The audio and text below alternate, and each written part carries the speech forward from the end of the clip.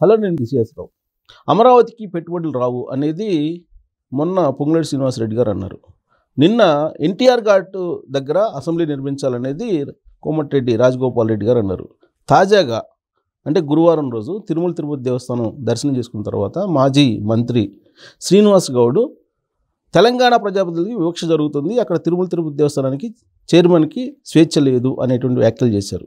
అసలు వాళ్ళ ఉద్దేశం ఏంది, ఎందుకు ఆంధ్రప్రదేశ్ మీద ఇలాంటి కామెంట్లు చేస్తున్నారు అనే దాని మీద విశ్లేషణ చేసుకునే ప్రయత్నం చేద్దాం. ప్రస్తుతం మన దగ్గర సువేర గారు అలియాస్ సుంకర వెంకటేశ్వర గారు ఉన్నారు. ఇంటరాక్ట్ అవుదాం. సార్ నమస్తే. నమస్కారం సార్, గత 2 రోజుల నుంచి వరుసగా తెలంగాణకు సంబంధించినట్టు లీడర్లు, ఏ పార్టీ అయినా, కాంగ్రెస్ అయినా లేదంటే బీఆర్ఎస్ పార్టీ అయినా, ఆంధ్రప్రదేశ్ గురించి తిరుమల తిరుపతి దేవస్థానం గురించి మాట్లాడటం విన్నారు మీరు.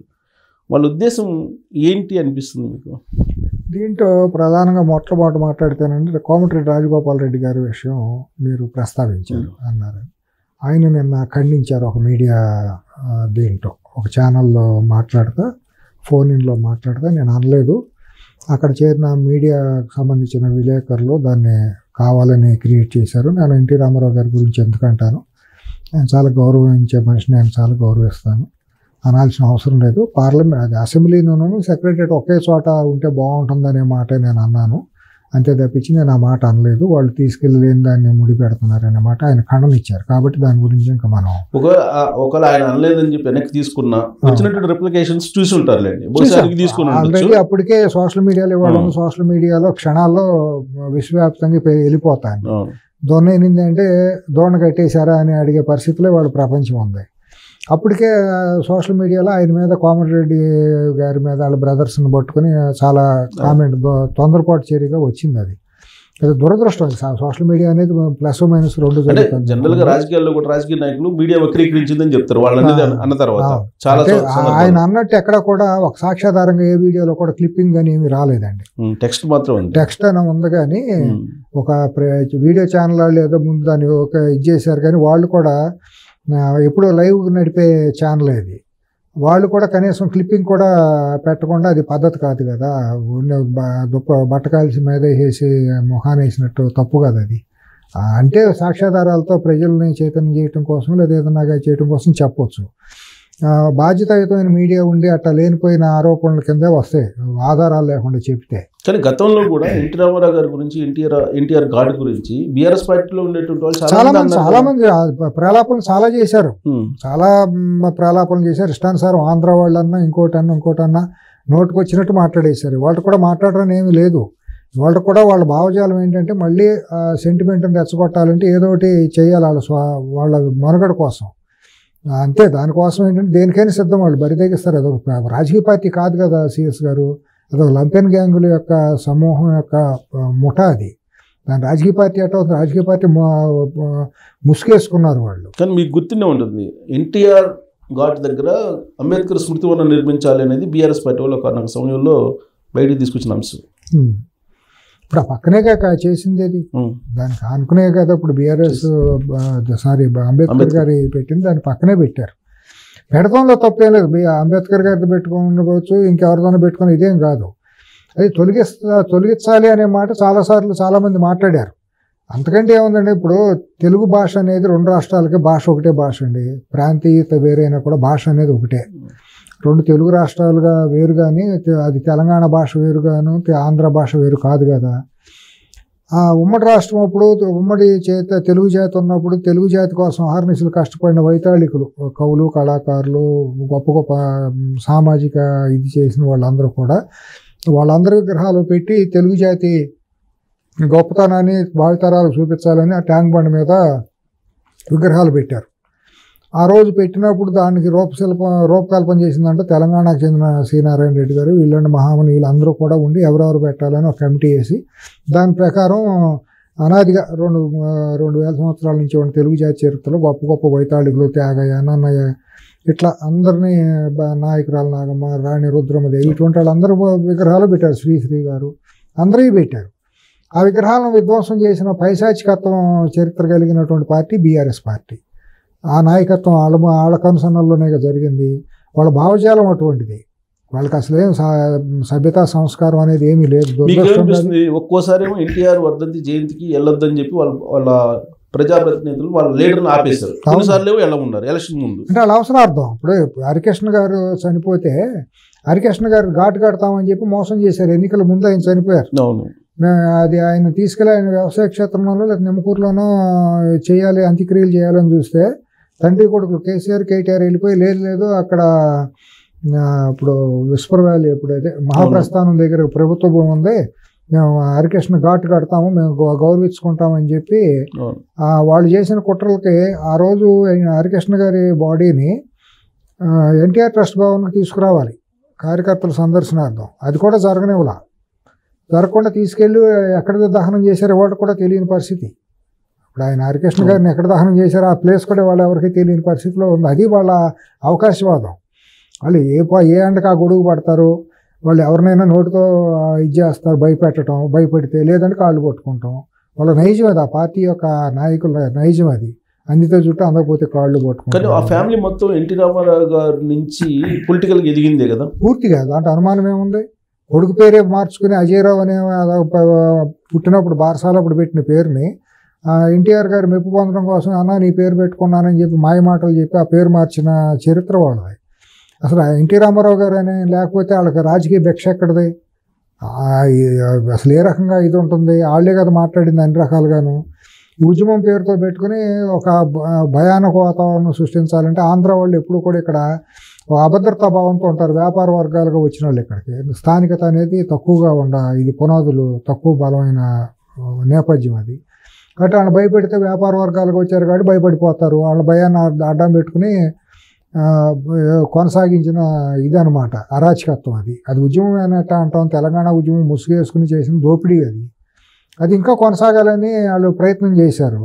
2018 నాటికే తెలంగాణ ప్రజలు రియలైజ్ అయ్యారు మనకి ఇతను కాదని. ఎందుకంటే మీకు డేటా కనుక తీసుకుంటే 2014 ఎన్నికలప్పటికే బీఆర్ఎస్ పార్టీకి బలమైన మెజారిటీ దగ్గరగా వచ్చింది.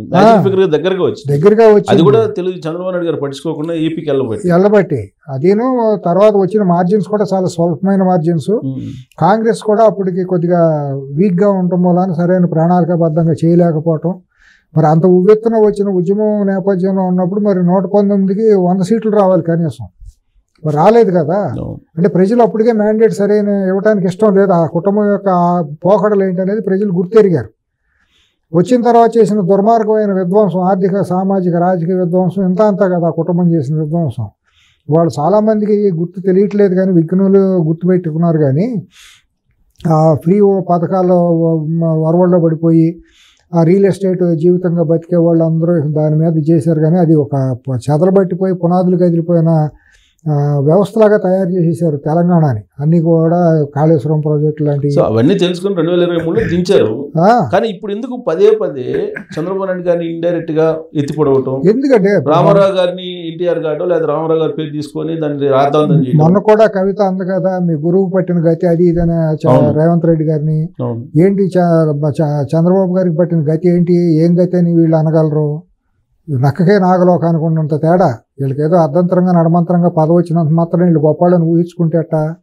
పదవి ఉన్నంత కాలం వీళ్ళ వెలుగులు వెలిగినాయి. ఇప్పుడు పదవి పోయినాక వీళ్ళని ఎవరైనా మొహం చూస్తున్నారా? వీళ్ళు ప్రజాక్షేత్రంలోకి వచ్చి మాట్లాడగలుగుతున్నారా? వాళ్ళు మాట్లాడుతుంటే ఒక ముఖ్యమంత్రిని చాలా అల్పమైన భాషలో మాట్లాడుతున్నారు. ముఖ్యమంత్రి హోదాకి ఇచ్చే గౌరవం అదేనా? మరి కేసీఆర్ ముఖ్యమంత్రిగా ఉన్నంతకాలం ఎటువంటి భాష ప్రయోగం చేశారు వాళ్ళు? గౌరవనీయ ముఖ్యమంత్రి వర్యులు అని చెప్పి వీళ్ళే భుజకీర్తులు ఎవరు భుజకీర్తులు వాళ్ళు తగిలించుకుంటారు. ప్రజలు ఏమనుకున్నారు అనేది ఇది లేదు.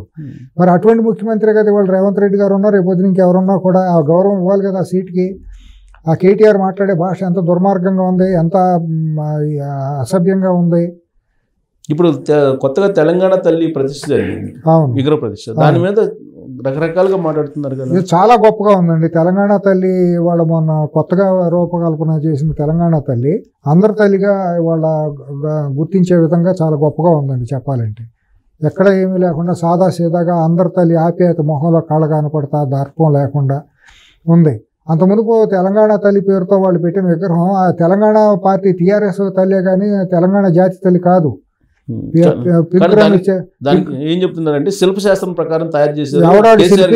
ఎవడాడు శిల్పి? శిల్పశాస్త్రం కూడా వచ్చా కేసీఆర్కి? అన్ని శాస్త్రాలు వచ్చు. జ్యోతిషం వచ్చు, శిల్పశాస్త్రం వచ్చు, తంత్రశాస్త్రం వచ్చు, భూత వైద్యం వచ్చు అన్నీ వచ్చు అనమాట. ఆయన తెలియని అంటే ఏమీ లేవు. లక్షల పుస్తకాలు చదివారు. ఇవన్నీ జనాలు చేసే ఊరినాక సంక్రాంతి పండుగ తిరుగుతారు కదా మాటలు చెప్పి, అటువంటి మాటలు కారడి వాళ్ళు, అటువంటి వాళ్ళు పనికి వస్తుంది తప్పించి జనం సభ్య సమాజం ఇంగిత జ్ఞానం ఉండాలి ఎవరు నమ్మరండి. అది అయిపోయింది కూడా కాలక్షేపానికి. ఆ 10 ఏళ్ళు కూడా జనంలో కేసీఆర్ వస్తున్నాడు అని అంటే నవ్వుకుంటానికి పెట్టుకున్నారు తప్పి సీరియస్ ఎవరికో తీసుకోలేదు. ఇవాళ వచ్చేసి ఏదో ఇష్టానుసారం మాట్లాడితే ఎట్టాగండి. ఆ తెలంగాణ తల్లి అసలు ఇవాళ పెట్టిన తెలంగాణ తల్లి ఇవాళ కదా, ఎప్పుడో పురాతనంగా రూపకల్పన చేసిన తల్లి విగ్రహం అది. తర్వాత 2006లో విజయశాంతి గారు 2006 అనుకుంటా, ఆ విజయశాంతి గారు ఫస్ట్గా ఎప్పుడో పురాతనమైన విగ్రహాన్ని తీసుకొచ్చి ఆవిడ చేతుల మీదుగా ఒక చోట ఆవిష్కరణ చేసుకున్నారు వాళ్ళు. అప్పుడు రూపకల్పన లేదు అసలు. అంతకంటే ముందే నాకు సబ్జెక్టు నాకు వివరం నా దగ్గర లేదు, కానీ దాదాపు 30-40 ఏళ్ల క్రితం ఆ తెలంగాణ తల్లి అనేది ఒక రూపకల్పన చేసుకున్నారు. తొలితరం ఉద్యమం అప్పుడు తయారు చేశారు. అదే విగ్రహాన్ని 2006లో చేశారు. అదే విగ్రహం ఇప్పుడు మళ్ళీ ఇప్పుడు కొత్తగా అయింది. తొలితరంలో తయారు చేసింది ఇప్పుడు అంతే. మరి మాకు ఇది కావాలి, కిరీటం కావాలి కదా, కిరీటం తీసేసారు. కిరీటం గడిలో ఉన్న దొరసాని లాగా పెట్టుకున్నారు వాళ్ళు. హారాలు ఇవి పెట్టి పింక్ రంగు గులాబీ రంగు చీర కట్టి తెలంగాణ తల్లి అంటే ఎట్లా కుదురుతుంది? ఇవాళ సాదాసేదాగా ప్రతి ఇంటి వాళ్ళు కూడా నా అమ్మమ్మ నా నాయనమ్మ మన పూర్వీకురావులను చూసుకునేటట్టు ఆవిడ ముఖంలో చక్కటి కాళ్ళ అభయాస్తం ఇవ్వటం, చేతిలో కంకులు పట్టుకోవడం, ఆ చీర ఆకుపచ్చ చీర కట్టుకుంటాం, అంటే సస్యశ్యామలంగా దేశం ఉండాలంటాం, అందరూ బాగుండాలంటాం. ఆ పూర్వంలో ఉన్న తెలంగాణ తల్లి పేరుతో చేసిన కల్వకుంట్ల తల్లి ఓన్లీ కల్వకుంట్ల కుటుంబం బాగు చూసినట్టే ఉంది తప్పించి సమాజ బాగు ఉన్నట్టు ఎక్కడా లేదు ఆ తల్లి. దానికి కూడా చంద్రబాబు గారి సూచనల మేరకు తయారు చేయించడని చెప్పి ఏమన్నా అంటారండి వాళ్ళు, అంటానికి సిగ్గు ఏం లేదు. ఎంతకైనా బరిలోకి ఇచ్చేసారు. వాళ్ళ భాష చూస్తున్నాం కదా, వాళ్ళు ఎంత అనైతికం అసాంఘికం అంటే. నేను అసెంబ్లీకి ఎమ్మెల్యేలు వెళ్తా ఒక్కొక్క ఆటోలో 6 ఎక్కుతారండి. ముందు ఆటో డ్రైవర్ సీట్ పక్కన కూర్చోవచ్చు. వీళ్ళేనా చట్టసభలో ఉన్న శాసనకర్తలు వీళ్ళేనా? అసలు వాళ్ళు ఎమ్మెల్యేలు చేసే పని అనేది చట్టాన్ని ఉల్లంఘన కదా. వాళ్ళ మీద కేసులు పెట్టవద్దా? ఆర్టీఐ యాక్ట్ ప్రకారం ఆటోలు సీజ్ చేయాలి, పోలీసులు అడ్డుకోవాలి, వాళ్ళ మీద పెనాల్టీ వేసి కేసులు పెట్టాలి, పెనల్ ఇది చేయాలి. వాళ్ళు చట్టవేశాపల్లో ఉన్నారా లేకపోతే బయట ఏమైనా గోండాలుగా తిరుగుతున్నారా? ఏంటి అసాంఘికం నవ్వుతారు. సభ్య సమాజం సిగ్గుతో తలంచుకుంటున్నారు వాళ్ళు ఎమ్మెల్యేలు అంటే. ఎవరిని మోసం చేస్తున్నారు వాళ్ళు? గోండాగిరి చేసినట్లేదు. అది చిల్లర ప్రవర్తన కాదు. దాన్ని ఆటోలో అంతమంది వెళ్ళటం అనేది, ఆటోలో వెళ్ళండి సైకిల్ వెళ్ళండి మనం కాదంటలా. దాన్ని వైలేషన్, రోడ్ రూల్స్ వైలేట్ చేసి వెళ్ళటం అది చట్ట వ్యతిరేకం కదా. వీళ్ళు ఆ చట్టసభల్లో ఉండేది వీళ్ళ చేతుల్లో 10 ఏళ్ల పాటు తెలంగాణ తల్లి మోసపోయింది, తెలంగాణ సమాజం మోసపోయింది, నిరుద్యోగులు మోసపోయారు. వీళ్ళ చేతులు ఏం జరిగిందండి? అన్ని దోపిడీ పథకాలు, దుర్మార్గమైన పథకాలు. అదే ప్రజోపయోగం ఎక్కడ జరిగింది? ధరణి పేరు నుంచి మొదలెట్టి వెనక్కి వెళ్తే మీరు అక్కడ దాకా కాళేశ్వరం తీసుకున్నా, మిషన్ భగీరథ తీసుకున్నా, ఏ పథకాల్లో వీళ్ళది? మొత్తం అంతా దోపిడీయే కదా. కానీ మళ్ళీ అధికారంలో రావడానికి చంద్రబాబు గారు ఎన్టీ రామారావు గారిని వీళ్ళు టార్గెట్ చేస్తే వస్తామనే భావన వాళ్ళకు ఉందని అంటారు. ఉందండి. అందుకనే ఇప్పుడు ఇందాక మీరు అన్నారు కదా, ఒక మాజీ మంత్రి శ్రీనివాస్ గౌడ్ వెళ్ళి అక్కడ తిరుపతిలో మాట్లాడాడని. అంటే వీళ్ళు ఏమనుకుంటున్నారు? వీళ్ళు పదవి పోయినా కూడా వీళ్ళకి ప్రయారిటీ లేదంటే వీళ్ళకి రెడ్ కార్పెట్ వేసి ఇచ్చేస్తారా? వాళ్ళ రాష్ట్రంలో వాళ్ళు ఇచ్చేస్తారు. వాళ్ళకి కొన్ని రూల్స్ ఉంటాయి. ఈయనకి ప్రయారిటీ ఇవ్వాలి. వివక్షత ఎట్టా ఉంటుంది? అక్కడ ఏం వివక్ష జరిగిందో చెప్పాలి కదా తాను. అక్కడ చైర్మన్కి ఏముందో ఏమి లేదు, ఇతను ఎవరు మాట్లాడటానికి? ఫ్రీ హ్యాండ్ ఉందో ఫ్రీ హ్యాండ్ లేదో మాట్లాడాల్సింది. ఇప్పుడు కొత్త చైర్మన్ దాన్ని ఖండించాలి, బాధ్యత ఉంది కదా ఆయన మీద.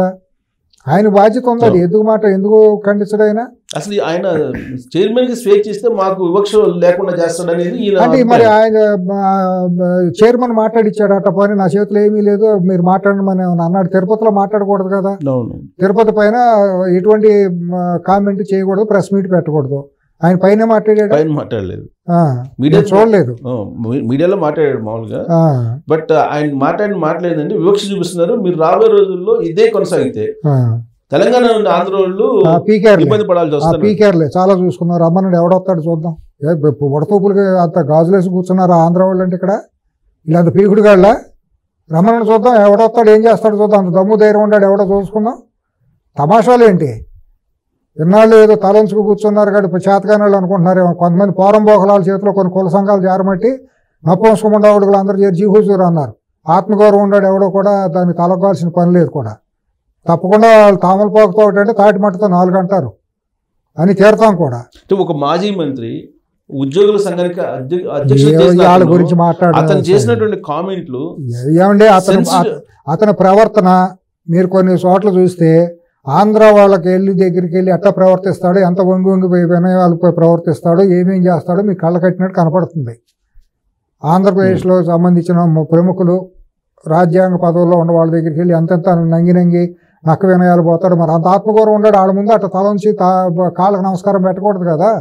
నీకు అంత ఆత్మగౌరవం అంత ఇది ఉన్నప్పుడు అవకాశవాదం మాటలోనూ ఇవన్నీ ఎవరు సహించరండి. వీళ్ళు ఏదో వడకూపులో వేస్తే అంత భరించడానికి ఎవరో రెడీగా లేరండి.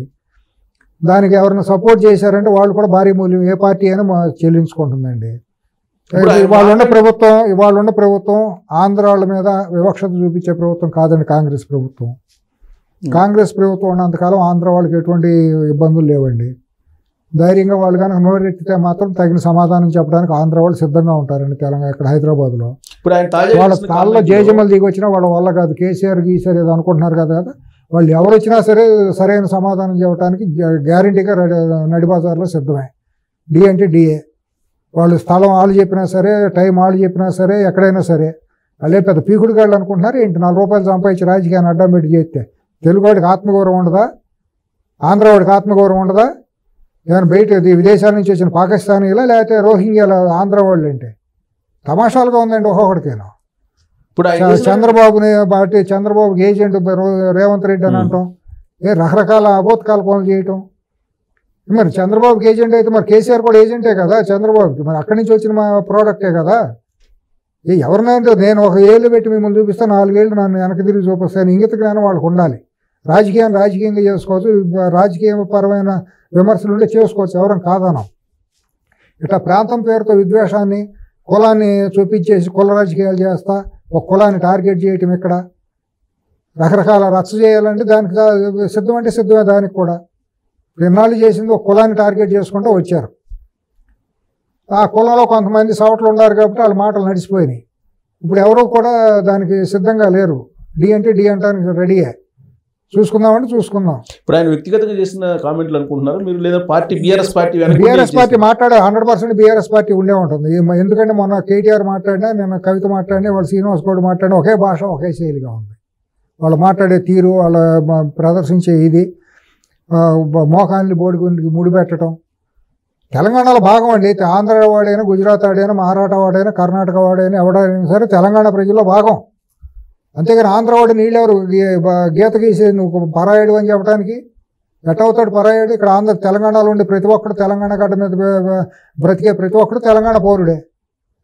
కానీ ఈ మధ్య కౌశిక్ రెడ్డి చాలా బరిదెగించి చాలా బరిదెగించి ఇక్కడ సెంటిమెంట్లు రెచ్చగొట్టాలని చూస్తున్నారు. వాళ్ళ వల్ల కాదు. రేవంత్ రెడ్డి గారి దగ్గర ఇలా ఉడతూపులు సాగో. వాళ్ళ రోజు రోజుకే పతనం మొదలైపోయింది. కళ్ళ ముందు వాళ్ళ పతనం కనపడుతుంది. వాళ్ళకే వెన్నులో వణుకు కనపడుతుంది.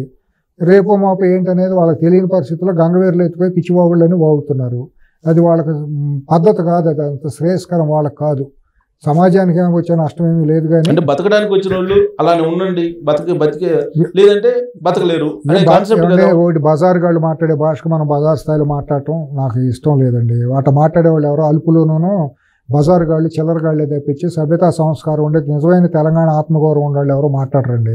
తెలంగాణ ప్రజలు అంత ఆత్మీయులు, కడుపులో ఉన్నది తీసి పెట్టేవాళ్ళు, చాలా స్నేహపాత్రులు. కాబట్టి 70 ఏళ్ళుగా తెలంగాణలో రాజధాని అంత పూర్తిగా ఎమర్జీ కాగలిగింది. ఇన్ని కోట్ల మంది జనాలు, లక్షల మంది ఇక్కడ బతకగలుగుతున్నారండి. ప్రజల్లో ఎటువంటి మార్పు ఉండదని చాలా స్నేహశీలుగా ఉంటారు. ఈ గుప్పిడి మంది కంటే కూడా ఉండరండి అనాకాణి గాళ్ళు, నేలబారుగాళ్ళు. వీళ్ళు మాట్లాడే భాషకు మనం స్పందించడం కూడా అవివేకం అవుతుందండి. ప్రభుత్వాలనే కొన్ని ఉండే, చట్టాలు ఉన్నాయి, రాజ్యాంగం ఉందండి. వీళ్ళు బరిదెగిస్తే జాతీయ ప్రభుత్వం, నేషనల్ యూనియన్ గవర్నమెంట్ చూస్తూ ఊరుకోదండి. తాట తీసి వదిలిపెడుతుంది. జాతీయ పార్టీ కాంగ్రెస్ పార్టీ ఇక్కడ రూలింగ్లో ఉందండి. ఆ జాతీయ భావం ఉన్న పార్టీ తరపు నుంచి వచ్చిన రేవంత్ రెడ్డి గారు, వాళ్ళ క్యాబినెట్ వాళ్ళందరూ కూడా ఎవరు కూడా సహించరండి ఇటువంటి అరాచకాన్ని. కాబట్టి వాళ్ళు భారీ మూల్యం చెల్లించుకోవాల్సిన పరిస్థితి వస్తుంది. వాళ్ళు కనుక ఒళ్ళు దగ్గర పెట్టుకోకుండా కనుక ఇట్టాగే కనుక అవాకులు చవాకులు వెళ్తే, వర్గాలని కులాలని రెచ్చగొట్టి కనుక ఏదన్నా వీధి పోరాటం చేసేస్తే, శాంతి భద్రతలు విఘాతం కలిగించే పని కనుక చేస్తే మాత్రం రేవంత్ రెడ్డి గారి ప్రభుత్వం చాలా కఠినమైన చర్యలే తీసుకుంటుంది. వీళ్ళ వల్ల ఏం కాదు. ఇటీవల తిరుపతి దేవస్థానంలో గతంలో జగన్మోహన్ రెడ్డి గారు ఉన్నప్పుడు ఏదైతే వాళ్ళకి ప్రాధాన్యత ఇచ్చారో అదే తరహా కావాలి అంటున్నారు తెలంగాణలో. ఇప్పుడు అర్థమైంది కదా, కమల పిల్లలండి. అక్కడ ఇక్కడ బీఆర్ఎస్, అక్కడ వైసీపీ కమల పిల్లలు. ఇద్దరికి తేడా ఏమీ లేదు. అది హిజ్ మాస్టర్ వాయిసే రెండు కూడా. అక్కడ మాట్లాడేది ఇక్కడ మాట్లాడేది అక్కడ ఇచ్చిపుచ్చుకుంటారు అంతే. ఇక్కడ వాళ్ళు బీఆర్ఎస్ తరఫున, అక్కడ వైసీపీ వాళ్ళు హిజ్ మాస్టర్ వాయిస్గా పనిచేస్తుంటారు. అక్కడ వైసీపీకి సంబంధించిన భావజాలం కలిగిన వాళ్ళు ఇక్కడ తెలంగాణలో ఉండి హిజ్ మాస్టర్ వాయిస్లుగా వాళ్ళు వాయిస్ వినిపిస్తూ ఉంటారు. అంతే తప్పించి వీళ్ళు మనం పెద్ద అంచనా వేయాల్సిన పని లేదు. ఆ రెండు పార్టీలు ఒక కాలగర్భంలో కలిసిపోవడానికి కనుసూపు మేర దూరంలోనే ఉన్నాయనేది మన కళ్ళ ముందు కనపడుతుంది పోకడ అనేది. ఇప్పుడు ఆయన డిమాండ్ ఏంటంటే గతంలో మాదిరిగా మాకు లెటర్స్ ఇవ్వండి అని అంటాడు, వివక్ష చూపించొద్దు అని అంటాడు. లెటర్స్ ఎవరు ఇవ్వాలండి? ఎందుకు ఇవ్వాలి లెటర్స్? రెండు ప్రభుత్వాలు అయిపోయిన తర్వాత ఇంకా అవసరమే ఉంది? అవి రౌడీయిజమా, బెదిరింపులా? నీ రాష్ట్రం కాదు, నీ అధికారం కాదు. ఇప్పుడు ఆంధ్రాలో ముఖ్యమంత్రి గారు ఏమైనా లెటర్ రాసిస్తే ఇక్కడ అవుతుందా? ఇక్కడ చేస్తారా? ప్రోటోకాల్ ఏమైనా ఉంటుంది? ఇక్కడ జరగదు కదా. ఏ రాష్ట్రానికి ఆ రాష్ట్రం పద్ధతులు ఉంటాయి. ఇప్పుడు అట్లాగే ఇక్కడ హైకోర్టు జడ్జి గారు రాస్తే అక్కడ చెల్లట్లేదు కదా. అక్కడ ఆంధ్రప్రదేశ్ హైకోర్టుకే ఆ ప్రోటోకాల్ అనేది ఉంటుంది. రేపొద్దు గుజరాత్ రాష్ట్రం లేదా మధ్యప్రదేశ్ రాష్ట్రం హైకోర్టు జడ్జి గారు ఎమ్మెల్యేలు చీఫ్ మినిస్టర్లు అయితే అక్కడ ఉండవు కదా. ఒక రాష్ట్రం అనేది మీరే కదా వద్దు పొమ్మంది, మీరే కదా రెండు రాష్ట్రాలు అయిపోవాల్సిందని అది ఇదని మాట్లాడింది. ఇడిపోయిన తర్వాత వాళ్ళ బతుకాళ్ళు బతుకుతాండి, మీకెందుకు ఈ నొప్పి? ఎలా మానేయండి. ఇప్పుడు తిరుపతి వెళ్ళమని ఎవరు వాళ్ళు పిలిచారు మిమ్మల్ని? ఏమన్నా తిరుపతి వెళ్ళడం మిమ్మల్ని రమ్మలేదు కదా. ఉడతూపులేంటి, బెదిరింపులేంటి? నువ్వు ఎందుకు వెళ్ళావు? దర్శనం చేసుకున్నా, దేవుని చూడటానికి వెళ్ళావు. నీ భుజకీర్తులు పక్కన పడేసి నువ్వు వెళ్ళు, అక్కడికి వెళ్ళి బతుకుల్లాగా వెళ్ళు, వెళ్ళి చూసుకుని వచ్చేసి. చైర్మన్కి అధికారాలు ఉండయో లేవు, నువ్వెవడో మాట్లాడతా, నీకేం సంబంధం? చైర్మన్కి ఉండయో ఇంకో మెంబర్లకు ఉండయో లేవు అనేది మాట్లాడటానికి నీకు ఎవరు అసలు? నువ్వు ఇక్కడ అధికార పార్టీలో లేవు. అధికార పార్టీలో ఉన్న ఎమ్మెల్యేలు ఎవరిని మాట్లాడారా? పోనీ కాంగ్రెస్ ఎమ్మెల్యేలు మంత్రులు ఎవరిని మాట్లాడారండి?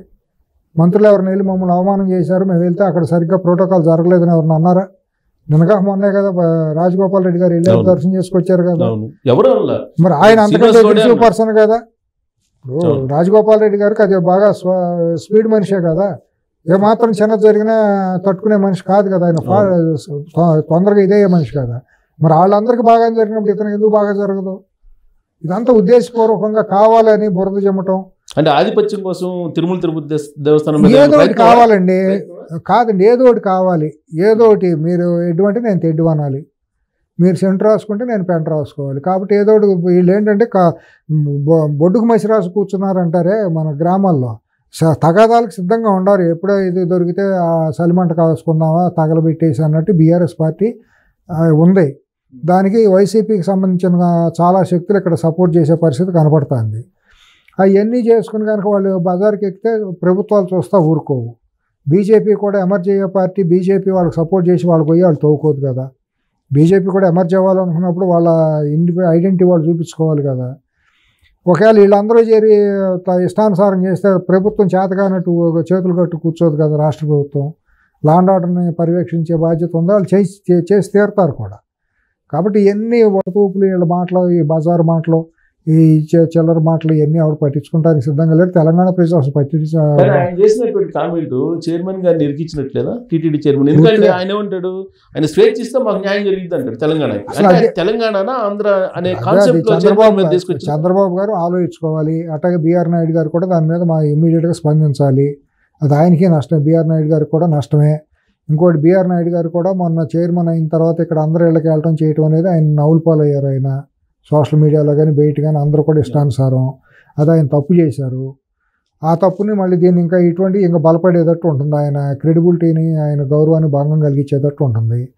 అది ఆయన కొద్దిగా జాగ్రత్తగా తొందరగా చర్యలు తీసుకుంటే బాగుంటుంది. బీఆర్ నాయుడు గారు తెలంగాణ మనిషి అని చెప్పుకునే ప్రయత్నం తెలంగాణ కాదండి. తెలంగాణ అయితే ఉంటే ఆంధ్ర అయితే ఉంటాయి. దేవుడు అందరవాడు. ఢిల్లీ రేపు ఢిల్లీ వాళ్ళని తీసుకొచ్చి పెడితే మాత్రం ఏమవుతుంది? ఇప్పుడు అసలు దీనికి ఆంధ్ర, తెలంగాణ, లేకపోతే కమ్మారెడ్డి ఈ కుల పోరాటం ఎక్కడ ఉంది, ప్రాంత పోరాటం ఎక్కడ ఉంది? టీటీడీ చైర్మన్ చేతిలో ఏముంటుందండి? తెలంగాణ చైర్మన్కి అయితే జనాలు పొలవమని వెళ్ళిపోతారు. అక్కడ నియమ నిబంధనలు ఉంటాయి కదా, వెళ్తారు. వెళ్ళినప్పుడు ఏముంది? ప్రజలు దేవుడినే కదా చూడటానికి వెళ్ళేది. అదే పర్యాటక క్షేత్రం ఇది కాదు కదా, టూరింగ్ స్పాట్ కాదు కదా. ఎంత అజ్ఞానంతో మాట్లాడే భాష సిఎస్ గారు. విఘ్నత కలిగిన వాళ్ళు, సంస్కారం ఉన్నవాళ్ళు ఎవరు మాట్లాడరండి. టీటీడీ చైర్మన్ గారు ఈ మధ్య కేటీఆర్ గారిని కలిసిన, లేదంటే రేవంత్ రెడ్డి గారిని కలిసిన, లేదంటే ఇతర ఎవరిని కలిసిన సిఎస్ గారు ముఖ్యమంత్రిని కలవటంలో కలిసి తీరాలండి. ఎందుకంటే ఇక్కడ హైదరాబాద్లో ఉన్నారు, ఆయన వ్యాపార సంస్థలు ఉన్నాయి. ప్లస్ ఇక్కడ ముఖ్యమంత్రి ప్రోటోకాల్ ప్రకారం సిస్టర్ స్టేటు, భాష వేషం అంతా ఒకటే సంస్కృతి కాబట్టి వెళ్ళి కలవటంలో తప్పేమీ లేదండి. 100% కలిసి తీరాలి కూడా. ఒకవేళ చీఫ్ జస్టిస్ని కలిసినా, తెలంగాణ చీఫ్ జస్టిస్ గారిని, గవర్నర్ గారిని కలిసినా కూడా దాని తప్పేమీ లేదండి. అంతమించి ఎవరిని కలిసినా కూడా అది ఆయన వ్యక్తిగత కలయిక కానీ టీటీడీకి చేయడం కాదండి. కాబట్టి ఆయన భారీ మూల్యం చెల్లించుకున్నాడండి. నవ్వుపాలయ్యాడు. అంటే నేనైతే ఆయన కలవడం తప్ప ఉప్ప అని పక్కన పెడితే, తప్ప ఉప్ప అంటే నవ్వుపాలయ్యారు ఆయన. అంటే సోషల్ మీడియాలో కొంతమంది అభ్యంతరం పెట్టారు, సోషల్ మీడియా బయట మీడియాలో కూడా అందరూ మాట్లాడారు. ఆ తర్వాత ఆయన ఓట్లు ఆపేశారు. అయితే ఆయన వెళ్ళిన సందర్భంగా ప్రతి వాళ్ళు ఏంటంటే మాకు ప్రాతినిధ్యం ఇవ్వండి అక్కడ అడుగుతారు, డిమాండ్ కాదు, రిక్వెస్ట్ చేస్తారండి. రిక్వెస్ట్ చేస్తారు. ఆయన నాయుడు గారు కూడా చెడ్డమని ఇదేం కాదండి, ఆయన సౌమ్యంగా ఉండే మనిషి, ఆయనేం తప్పులు చేసే మనిషి కాదు. అక్కడ ఇష్టానుసారం చేసేసి టీటీడీ పవిత్రతను భంగం చేసే మనిషి కూడా కాదు. ఆయనకి భయం భక్తి అన్నీ ఉన్నాయి. ఆయన పొరపాటు ఏంటంటే అది ఆయన ఉత్సాహంలోనో లేకపోతే ఏదో ఒక ఇదే దీని ప్రకారం వెళ్తే బాగుంటుందేమో అన్నట్టు వెళ్ళారు. వెళ్ళటం అనేది కొద్దిగా మితిమీరింది అనేది వాస్తవం. దాని మూలన నలుగురిలోనే ఆయన కొద్దిగా ఆయన అందరితో కలిసి ఉంటారులేండి. అది మీడియాలోకి రాకుండా ఉంటే బాగుండేది. మీడియాలో తెలంగాణకి అక్కడ ప్రాతినిధ్యం ఇవ్వాలి, అడగటంలో తప్పు లేదండి, అడగచ్చు, ఇస్తారు కూడా. ఇవ్వాలా? తప్పేముంది? ఇస్తే మిగతా రాష్ట్రాలు కూడా అడిగితే అందరితో పాటు ఇస్తారు. తమిళనాడు, కర్ణాటక అందరూ అడుగుతారు. అడిగేటప్పుడు 10 మందిలో కలిసి పాల్సిన అవుతాయి. అంతే కదా. ఏది అంటే ఒక డెసిషన్ అయితే తీసుకోవాలి, ఏదో ఒకటి. ఇప్పుడు అది బోర్డు నిర్ణయం. సిఎస్ గారు వీళ్ళ ఉడతోపులకు చింతకాయలు రాలవండి. ఆయన టీటీడీ అంటే చైర్మన్ గుప్పిట్టే ఏమి ఉండదండి. చైర్మన్ ఇవ్వమంటే ఇవ్వడానికి, వద్దంటే ఆపడానికి ఎవరికి హక్కు లేదండి. అక్కడ బోర్డులో మెంబర్స్ ఉంటారండి. బోర్డు తీర్మానం చేసినా కూడా ప్రభుత్వం దగ్గరికి వెళ్ళి రాటిఫై అవ్వాలండి. ప్రభుత్వం ఒప్పుకోవచ్చు, ఒప్పుకోకపోవచ్చు అండి. దాంట్లో ప్రిన్సిపల్ సెక్రటరీ, ఎండోమెంట్ ఉంటారు, చీఫ్ సెక్రటరీ ఉంటారు, ఈఓ ఉంటారు, ఎంతమంది ఉంటారు. తర్వాత పౌర సంఘాలు ఉంటాయి, మత సంస్థలు ఉంటాయి, ఆర్ఎస్ఎస్, విహెచ్పి లాంటివి, భక్తుల మండలి ఇవన్నీ ఉంటాయి, హిందూ ధార్మిక పరిషత్తులు ఇవన్నీ ఉంటాయి. ఇన్ని రావాలంటే వీళ్ళు ఇష్టానుసారం అడిగితే అక్కడ అవ్వదు. నేను చైర్మన్ కాబట్టి నా ఇష్టానుసారం, నేను తెలంగాణలో ఉంటాను కాబట్టి నా ఇష్టానుసారం ఇస్తాను, లేకపోతే ఢిల్లీలో ఉంటాను కాబట్టి ఇష్టానుసారం ఇస్తానంటే కుదరదు. అది ఇవన్నీ తెలియని అపోహల్లో ఉండే మాటలు. కాబట్టి ఒక చర్చనీయాంశంగా మార్చాడు గారు. అంతే అంతేనా? అంతే, అంతమించి దానివల్ల అనుకునేది లేదు, నష్టం ఏముండదండి. కానీ మరొకటి ఏంటంటే ఆంధ్రప్రదేశ్ అమరావతి పెట్టుబడులు వెళ్ళవు అనేది పొంగులేటి శ్రీనివాసరెడ్డి గారు ఈ మధ్యకాలంలో చేసినటువంటి కామెంట్ 2 రోజుల క్రితం. అంటే వెళ్ళవు అని అన్నంత వరకు పర్వాలేదు, వెళ్తాయా లేదా అనేది అది వేరే సంగతి. వెళ్ళవు హైదరాబాద్లోనే ఉంటాయని అనుకుంటున్నా తప్పేమీ లేదు, నేను దాన్ని ఆక్షేపించను. మునిగిపోతున్న అమరావతి అనే మాట మాత్రం తప్పు. అది ఆయన నవ్వుల పాలయ్యే పరిస్థితి తప్పించి ఆయన ఈ మధ్య ప్రతి కామెంట్ చేసినప్పుడల్లా ఆయన ట్రోల్ అవుతున్నారు. నష్టపోయాడు ఆయన రాజకీయంగా. అంత మునుపు కూడా కేటీఆర్ అరెస్ట్ విషయంలో కూడా తొందరపడి మాట్లాడటం, బాంబులు వెళ్తాయని అది ఇది అని మాట్లాడేసి చాలా డిఫెన్స్లో పడాల్సి వచ్చింది. మరి ఆయన మెచ్యూరిటీ లేక మాట్లాడుతున్నారా లేకపోతే తొందరపాటుగా మనిషి మనకు తెలియదు. నాకు ఆయన మీద పెద్ద మామూలుగా అయితే చాలా సౌమ్యుడు, పెద్ద మనిషి అనే ఖమ్మంలో అందరూ చెబుతారు. వ్యక్తి కూడా కాదంటారు. కాకపోతే జగన్మోహన్ రెడ్డి గారి మార్కు ఉంది కానీ మామూలుగా వ్యక్తిగతంగా అయితే ఖమ్మం జిల్లాలో అందరూ కూడా ఆయన మీద ఎవరు కూడా నెగిటివ్ చెప్పరు. అందరితో కాముగా ఫ్రెండ్లీగా వెళ్తాడు, అందరితో సన్నిహితంగా ఉంటారని చెబుతూ ఉంటారు. వివాదాస్పదమైన వ్యక్తి కాదు, అందరితో సౌమ్యంగా ఉంటారని అన్నారు. ఏదో కాదు మరి ఆ మాట మాట్లాడకుండా ఉంటే బాగుండేది, ఆయన గౌరవం ఔన్నత్యం పెరిగేది. మరి ఆయన ఏ ఉద్దేశంతో అన్నారు ఏంటో కానీ ఇప్పుడు అమరావతికి పెట్టుబడులు ఎలా హైదరాబాద్కే వస్తాయి కాబట్టి అనటంలో తప్పేమీ లేదు, ఆయన ఒక రాష్ట్ర మంత్రిగా అనటంలో తప్పేమీ లేదు. కానీ అమరావతి మునిగిపోయే అది ఇది అని మాట్లాడటం మాత్రం ఆయనకి అది పద్ధతి కాదు. మాట్లాడిన మాటలాగా అనిపిస్తుందా మీకు? ఇప్పుడు ఎందుకంటే అది ఆయన హోదా తగ్గింది, హుందాతనం తగ్గింది అనిపిస్తుంది. ఇప్పుడు మొన్న చరిత్రలో ఇంతవరకు 140 సంవత్సరాల చరిత్రలో రాని వరకు మొన్న వచ్చింది కృష్ణా బ్యారేజ్కి. ఒక్క చుక్క నీళ్ళు అమరావతి పట్టణంలోకి వెళ్ళాల. విజయవాడ అంతా మునిగిపోయి లంకలో అన్ని ఇప్పుడు సర్వసాధారణంగా మునిగినా కూడా అమరావతి అని చెప్పి మునిగిపోతున్నామన్న అమరావతి ఎప్పుడు కూడా మునగల. ఇప్పుడు హైదరాబాద్ ఒక చిన్న 10 సెంటీమీటర్ల నీళ్లు పడితే రోడ్లన్నీ మునిగిపోతాయి, కార్లు కొట్టుకుపోయినాయి. ఇప్పుడు కొత్తగా వచ్చిన సైబరాబాద్ ఏరియాలోనే అసలు కోకాపేట ఏరియాలో కార్లు తిరిగే పరిస్థితి లేదు వర్షం వస్తే. మరి ఇక్కడే అట్ట పరిస్థితి ఉంది. మునగటానికి ఏమో ఇవన్నీ ఏంటంటే ఆయనకి తగదు అట్ట భాష మాట్లాడేటప్పుడు. ఒక మంత్రిగా బాధ్యతాయుతమైన ఇప్పుడు క్యాబినెట్లో 2వ 3వ ప్లేస్లో ఉన్న వ్యక్తి హోదాగా చూసుకుంటే పోర్ట్ఫోలియో ప్రకారం. రెవెన్యూ మంత్రి అంటే ఉప ముఖ్యమంత్రి గారు ఫైనాన్స్ మినిస్టర్ అయినా కూడా ఇమీడియట్గా third portfolio importance portfolio revenue కిందకు వస్తుంది. అంత ఉన్న మనిషి అందులో గెలవగానే తొలిసారి మంత్రి అవటంతోనే రెవెన్యూ తీసుకుంటాం అంటే ఆయన ప్రయారిటీ ఆయనకు ఉంది. ఉన్నప్పుడు ఆయన కొద్దిగా మాట్లాడేటప్పుడు కొద్దిగా జాగ్రత్తగా మాట్లాడితే బాగుంటుంది. అంటే చెన్నైని, బెంగళూరుని, ఢిల్లీని, ముంబైని వీటన్నిటిని కూడా ఆయన మాట్లాడాడు. ఇన్ని ఉండగా అసలు అమరావతికి ఎందుకు వెళ్తారు అని. ఇప్పుడు వెళ్ళరు, నీకు ఎందుకు అంత బాధ ఏముంది, వెళ్ళేవాళ్ళు వెళ్తారు, వాళ్ళ రాష్ట్రం వాళ్ళు తిప్పులు పడతారు, వాళ్ళ పెట్టుబడుల కోసం వాళ్ళు ఆహ్వానం ఇన్వైట్ చేసుకుంటారు ఇండస్ట్రియలిస్టులని అందరినీ కూడా. మీరు కూడా పోటీతత్వంగా మీ ఇండస్ట్రియల్ పాలసీని తయారు చేసుకుని ఫ్రెండ్లీ నేచర్ తీసుకుంటే మీ పెట్టుబడులు మీకు వస్తాయి, ఎవరి పెట్టుబడులు వాళ్ళకి వెళ్తాయి. ఇప్పుడు ఇండస్ట్రియలిస్టులు కానీ వ్యాపారస్తులు కానీ వాణిజ్యవేత్తలు కానీ వాళ్ళ లాభాలు చూసుకుని వెళ్తారు కానీ ఏ ప్రాంతం మీద ప్రేమతో రారు కదండి. వాళ్ళకి మానవ వనరుల అవైలబిలిటీ దొరకాలి, స్కిల్ లేబర్ దొరకాలి, ల్యాండ్ చౌకగా రావాలి, ఇన్ని వస్తువులు ఉన్నాక కనెక్టివిటీ ఉండాలి, రోడ్డు రైలు ఎయిర్ కనెక్టివిటీ చూసుకుంటారు, ఇన్ని పారామీటర్స్ 10 రూపాయలు మిగలాలి, 10 రూపాయలు మిగలాలి, ఎన్ని చూసుకుంటారు. దాంట్లో పోటీతత్వం. ఇప్పుడు ఎందుకు అంత బాధ, ఎందుకు ఉక్రోషం అనాలో తెలియనితనం అనాలో మరి తెలియదు. అట్లా మాట్లాడటం ఆయన శోభస్కరం కాదు ఆయనకి. ఇప్పుడు ఇంతకుముందు కూడా అమరావతి గురించి అసెంబ్లీ లోపల, అసెంబ్లీ బయట బీఆర్ఎస్ పార్టీ నాయకులు కేసీఆర్, కేటీఆర్, హరీష్, కవిత వీళ్ళందరూ మాట్లాడారు. అసలు వాళ్ళే కదండి అమరావతిని చంపేసింది, వాళ్ళే కదా అమరావతిని నిర్వీర్యం చేసేసింది. మూడు రాజధానులని తొకలకు పాలన చేయించింది కూడా వాళ్ళే కదా. రాష్ట్రాన్ని ఇక్కడ పెట్టుబడులు ఇదైపోతాయని చెప్పి అమరావతిని సర్వనాశనం చేసి అక్కడ మొత్తం 3 రాజధానులని మాట్లాడించడం, మొత్తం తోలుబొమ్మలాగా ఆంధ్రప్రదేశ్ ముఖ్యమంత్రిని ఇలా గుప్పిట తోలుబొమ్మలాగా పెట్టుకుని వీళ్ళు ఏం చెబితే అక్కడ ఆడాడు.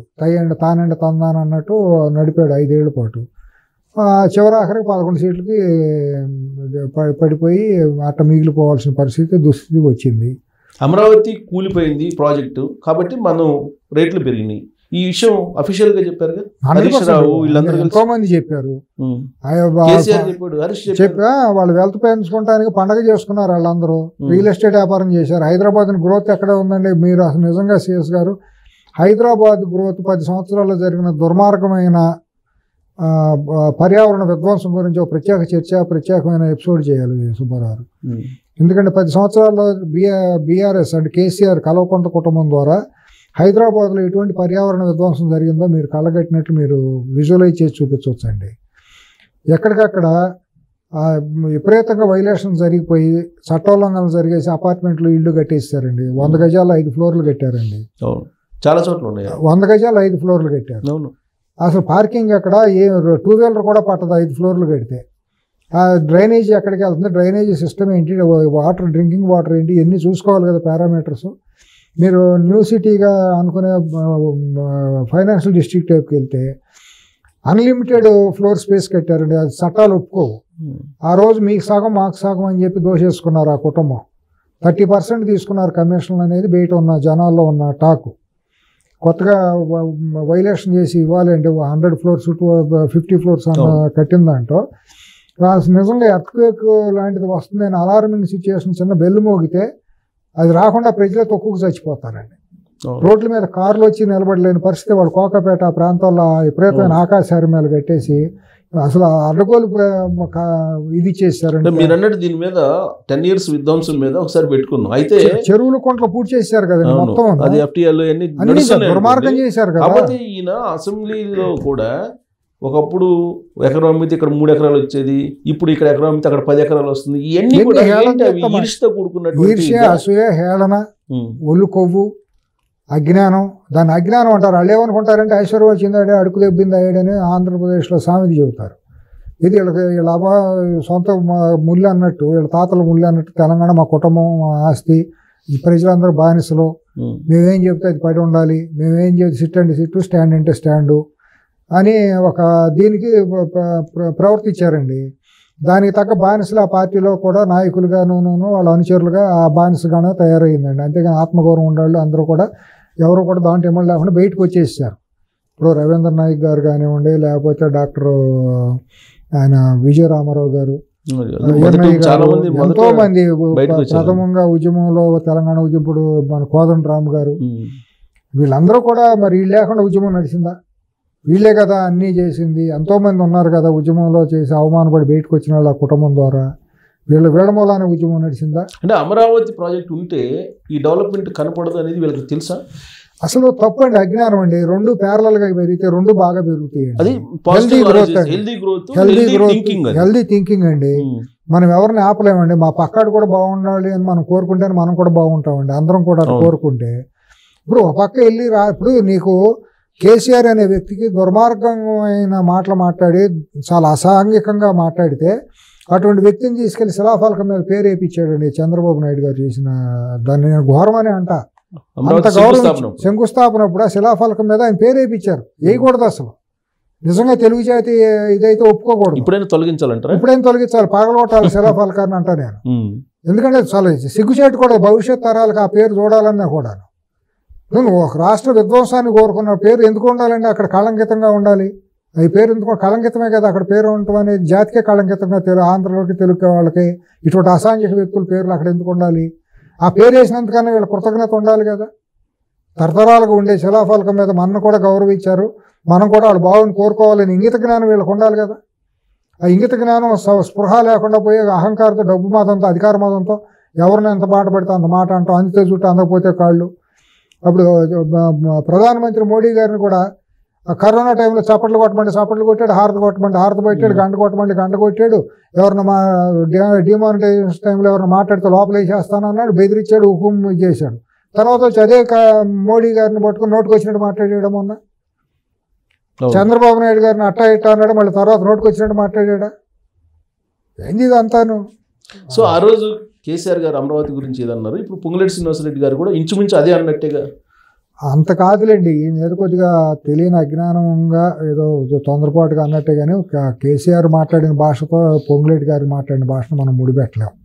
పోనీ అమరావతికి పెట్టుబడులు వెళ్తున్నాయి భయంతో అన్నారా? అసలు ఏముందండి, పెట్టుబడులు వెళ్తానికి అక్కడ ఏం జరిగిందని వీళ్ళకి అంత భయపడాలి? పెట్టుబడులు ఇప్పుడు వచ్చే కొత్త ప్రాజెక్టులు అన్నీ వస్తున్నాయి ఆంధ్రాకి, వాళ్ళు మార్కెట్ చేసుకుంటున్నారు, ఇంటర్నేషనల్ మార్కెట్ చేసుకుంటున్నారు. చంద్రబాబు గారు కష్టపడుతున్నారు. ఒకవేళ అక్కడ కాదంటే రెండో ఇక్కడ కూడా పెట్టుకుంటారు కదా.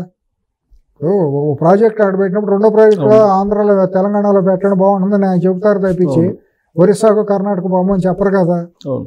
పెట్టేవాళ్ళు కూడా వచ్చేసి పక్కన అవైలబిలిటీ, ల్యాండ్ అవైలబిలిటీ, లేకపోతే హ్యూమన్ రిసోర్సెస్ బాగా ఉందన్నప్పుడు, మ్యాన్ పవర్ దొరికినప్పుడు తెలంగాణలోనే పెట్టుకుంటారు. ఆయన ప్రమోట్ చేస్తుంటారు, ఆయన చెప్తారు ఎలాంటి హైదరాబాద్ గురించి మీరు పెట్టుకోండి పర్వాలేదు, మా మంచి రాష్ట్రం అని చెప్పి. పోనీ 1,00,000 కోట్లు పెట్టే వ్యాపారవేత్తకి తెలీదా ఏ రాష్ట్రంలో ఎటువంటి ఫెసిలిటీస్ ఉంటాయి, ఏ మనుషుల సైకాలజీ, మెంటాలిటీ ఎట్లా ఉండడం తెలియకుండానే పెడతారు వాళ్ళు. కాబట్టి ఇది హెల్దీ గ్రోత్కి ఇట్లా మాట్లాడకూడదు ఎవరో కూడా. పొలిటికల్ యాంగిల్ కనిపిస్తుంది. పొలిటికల్లో లేదు, ఏమీ లేదండి, ఇది ఏమీ లేదు. ఆయన పొంగులేటి గారు మాట్లాడిన దాన్ని మనం పెద్ద సీరియస్గా తీసుకోవాల్సినంత అవసరం నాకు కనపట్టాలి. కేసీఆర్ జగన్మోహన్ రెడ్డి మాట్లాడిస్తున్నారు అతని చేత అనేది వినిపిస్తుంది. అదే ఆయన నష్టపోతారు అట్లా. అదే నేను ఆయన కనుక కొద్దిగా జాగ్రత్తగా పడకపోతే మాత్రం ఆయన నష్టపోతారు. ఆ ముద్ర కనుక ఆయనకు వస్తే రాజకీయంగా చాలా నష్టపోతారు. ఆయన తెలుసుకోవాలి. తెలంగాణలో ఉండి మనం అక్కడ ఒకవేళ వాసనలు కానీ ఇక్కడ కనిపించి ఆ రకంగా వాళ్ళకు మనిషిగా నేను ఉన్నాను అని అంటే నాకు జరిగే నష్టం లాభం అనేది ఆయన ఆలోచించుకోవాలి. ఆయన అంత వ్యాపారవేత్త, అంత రాజకీయంగా చేయగలిగిన మనిషికి ఆ మాత్రం ఆలోచించకుండా ఉంటారని నేను అనుకోను. కొద్దిగా దీర్ఘమైన ఆలోచన కలిగిన మనిషే. ఇప్పుడు 3 రాజధానులు బొత్స సత్యనారాయణ అన్నారు. అవును, అమరావతి కాదని. అవును, అమరావతి రాజధాని మీద సుప్రీంకోర్టులో కేసు వేసి పోరాడుతున్నారు జగన్మోహన్ రెడ్డి గారు. అవును, దానికి అనుగుణంగా ఈయన మాట్లాడినట్టు కనిపించట్లేదా? ఉంటుంది. ఎందుకు భావం? ఎందుకంటే ఆయన వచ్చిందే వైసీపీలో, అప్పుడు ఎంపీగా గెలవటం చేయటం, ఆ కుటుంబాల మధ్య బంధం ఉండటం అవన్నీ బహిరంగ రహస్యమే. ఆయన ఏది మాట్లాడినా ఆయనకు నష్టం జరుగుతుంది. ఆంధ్రప్రదేశ్కి వ్యతిరేకంగా ఏది మాట్లాడినా ఆయనకు నష్టం జరుగుతుంది. అది ఆయన రేవంత్ రెడ్డి గారిని దింపే ప్రయత్నంలో భాగంగా ఇలాంటి స్ప్రెడ్ చేస్తున్నారా? ఏముండదండి, రేవంత్ రెడ్డి గారు ఉన్నప్పుడు ఎవరి వల్ల కాదండి. ఇవాళ ఉన్న పరిస్థితుల్లో అటువంటి అవకాశాలు లేవండి. కాంగ్రెస్ పార్టీలో కూడా వర్గ విభేదాలు అటువంటివి ఏమి లేకుండా ఏకఛత్రాధిపతి ఒక తాటి మీదకి వెళ్ళే అవకాశాలు ఎక్కువగా కనపడుతున్నాయండి సరిదిద్దుకుని. ఇప్పుడిప్పుడే అక్కడ కూడా కొద్దిగా కంట్రోల్లోకి వస్తుందని అనిపిస్తుంది. రాహుల్ గాంధీ అపాయింట్మెంట్ ఇవ్వలేదు అంటాడు కేటీఆర్ గారు. కేటీఆర్ మాటలు పట్టించుకోవాల్సిన అవసరం ఉందండి. కేటీఆర్ మాటలు అసభ్యంగా మాట్లాడుతున్నాడు. అసలు హోదాతనం అనేది ఏమాత్రం లేదు అతను, మొదటి నుంచి లేదు.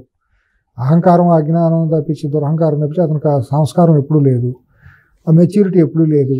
డబ్బు మాతంతోనూ అధికార మాతంతో మాట్లాడటం తప్పించి చాలా అసభ్యంగా మాట్లాడుతున్నాడు. అతని గురించి, అతని కామెంట్ల గురించి మాట్లాడటం, ఆ కుటుంబం మాట్లాడే మాటల గురించి మాట్లాడటం అనేది కొద్దిగా మనకే విషాదం. అంటే ఒకటి రాజకీయ DNA BRS party YSR Congress పార్టీతో ఉంది పొంగులేటికి, అట్నుంచి నరుక్కొస్తున్నారు రేవంత్ రెడ్డి గారిని దింపడానికి అనేది ఒక పొలిటికల్ టాక్.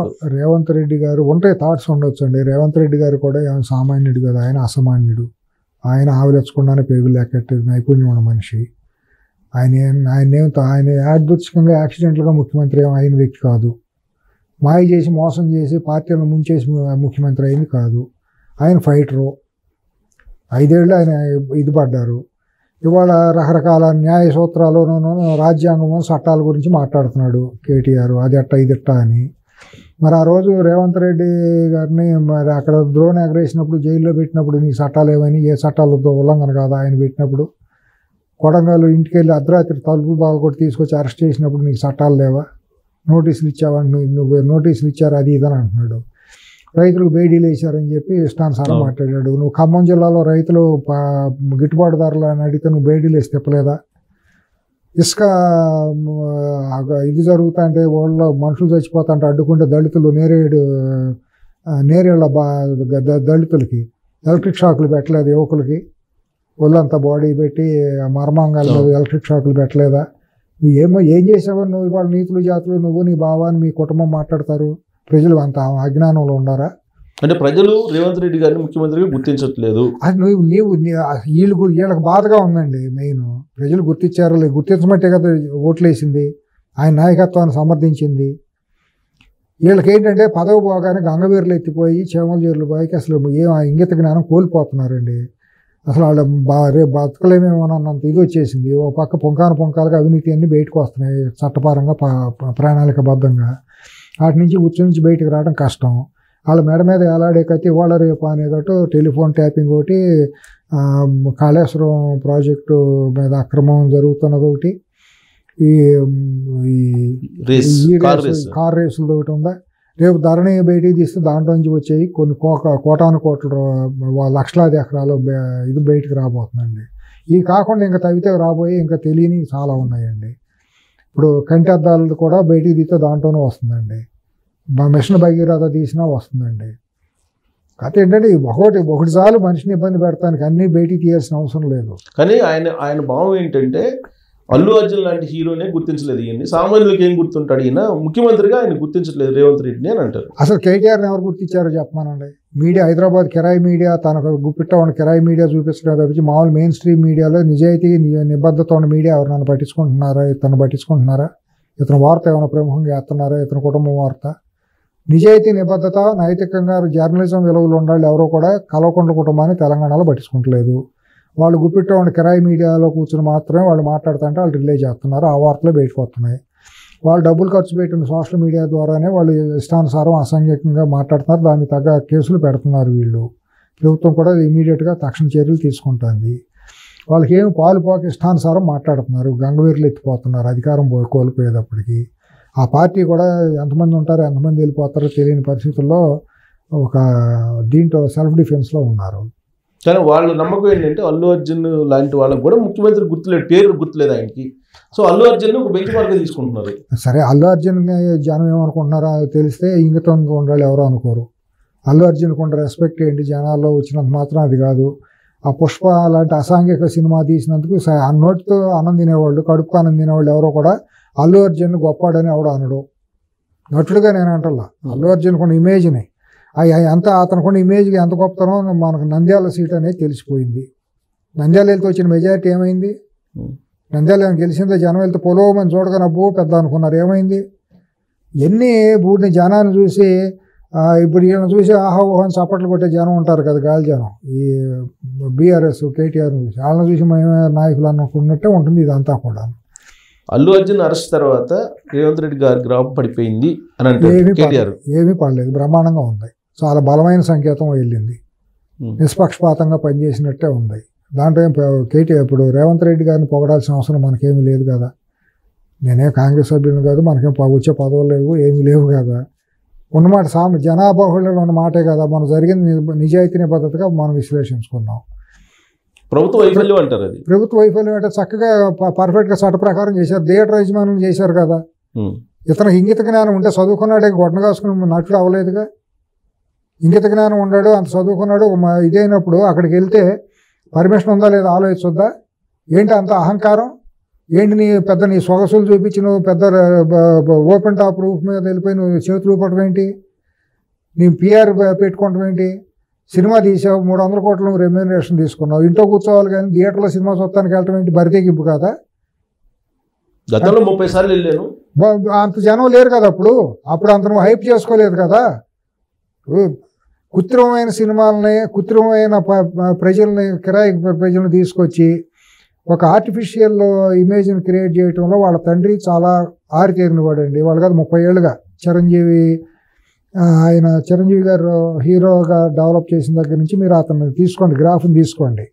చిరంజీవికి మెగాస్టార్ అని చెప్పి కిరీటం పెట్టిన దగ్గర నుంచి అసలు ఒక విషబీజాలు సినిమా ఇండస్ట్రీలో ఒక విషబీజాలు నాటేసేసి కులాన్ని గిలాన్ని తీసుకొచ్చి ఒక అసాంఘికమైన నటనని అది పెద్ద మాస్ నటనగా క్రియేట్ చేసుకుంటూ వచ్చి ఖైదీ తర్వాత హీరోని కూడా ఒక వ్యాంప్ ఆర్టిస్ట్ లాగా తయారు చేసే విధంగా డ్రెస్సులు వేయించడం ఇవన్నీ కూడా అప్పటి నుంచే మొదలైనవి. సో అంతా అల్లు అరవింద్ మీరు మొత్తం తీసుకోండి, ఆ ఎపిసోడ్ మొత్తాన్ని మీరు అనలైజ్ చేసుకోండి. అక్కినేని నాగేశ్వరరావు గారు, ఎన్టీఆర్ గారు, ఏఎన్ఆర్ గారు, కృష్ణ గారు, సోమన్ బాబు గారు, చంద్రమోహన్ గారు వీళ్ళందరూ ఉన్నప్పుడు ఎవరు కూడా అటువంటి అంగాంగ ప్రదర్శన ఎక్కడా లేదు హీరోలది. తొడలో మెడలో ఆడాలు చూపించినట్టు అప్పుడు జ్యోతిలక్ష్మి జయమాలిని గారికి వ్యాంప్ పాటలు ఉండేవి. ఈయన చిరంజీవి హీరో అయిన తర్వాతే ఈ అంగాంగ ప్రదర్శనలోనూ ఇష్టానుసారంగా అసభ్యమైన డైలాగులు ప్రజాదరణ ఉంది చూపించారు. అంటే అన్ని ప్రజాదరణ చాలా చూస్తారు. రహస్యంగా బ్లూ ఫిల్మ్ చూడటానికి ప్రజాదరణ చాలా ఉండదు. చేస్తారా వీళ్ళు? కానీ అది బిజినెస్ కదా. బిజినెస్సే, అది కూడా చేస్తే ఇంకా బాగా ఉండదు. ఆ బాక్స్ ఆఫీసులు పగిలిపోతూ ఉంటాయి. మరి అది కూడా చేయొచ్చు వీళ్ళు, ఎందుకు చేయకూడదు? కానీ మా ఇంగితం ఉంది, కుడి చేత్తో అన్నం తింటాం, ఎడం చేత్తో వేరే పనులు చేస్తాం. మనం అది మా పద్ధతులు మనం చేసుకోవాలి. సమాజానికి ఏం కావాలి, వాళ్ళు కోరేది ఎంతవరకు పద్ధతి, మనం పక్కన మన కన్నతలతో మన సినిమాలు, మన కొడుకు సినిమాలు, మన బావ సినిమాలు మనం చూడగలమా? నా కట్టుకున్న భార్యతో నేను వెళ్ళి ఆ సినిమా చూడగలను అనే జ్ఞానం వీళ్ళకి ఉండాలి. ఆ డైలాగులు ఎటువంటివి పెడుతున్నామని. మాస్ అని చెప్పి, మాస్ అంటే ప్రజలందరూ అజ్ఞానులు, వాళ్ళని ఒక పశువులాగా కట్టేసేసి వాళ్ళ డబ్బుల మీద శవాల మీద పేలారు ఏరుకున్నట్టు వాళ్ళ కష్టార్జితమైన డబ్బులతో వచ్చే టికెట్ల ద్వారా వీళ్ళు రెమ్యూనరేషన్ పెంచుకుని వీళ్ళు ఇమేజ్ పెంచుకుంటే ఏమైంది? 33 సీట్లు పడిపోయింది. అది ప్రభుత్వ వైఫల్యం కదా. సెన్సార్ బోర్డు ఉంది, సెన్సార్ బోర్డు ఇవ్వకూడదు కదా. అది ఇప్పుడు నా ఇత్తు ముందా చెట్టు ముందా అన్నట్టు చర్చ చాలా బయటికి వెళ్తుందండి. అసలు మనం ఏం చేయాలని ఇంగిత జ్ఞానం మనకు ఉండాలి, కానీ సెన్సార్ ఎక్కడి నుంచి వస్తుంది? మనంతటా మన సెల్ఫ్ సెన్సార్ అనేది మనకు ఉండాలి. మనం ఎక్కడి నుంచి వచ్చామో, మన సభ్యత ఏంటి, సంస్కారం ఏంటి, సమాజానికి మనం ఏం మెసేజ్ ఇవ్వదలుచుకున్నాము. కళ అండి, ఆర్ట్ ఫామ్ అనేది సామాన్యం కాదండి.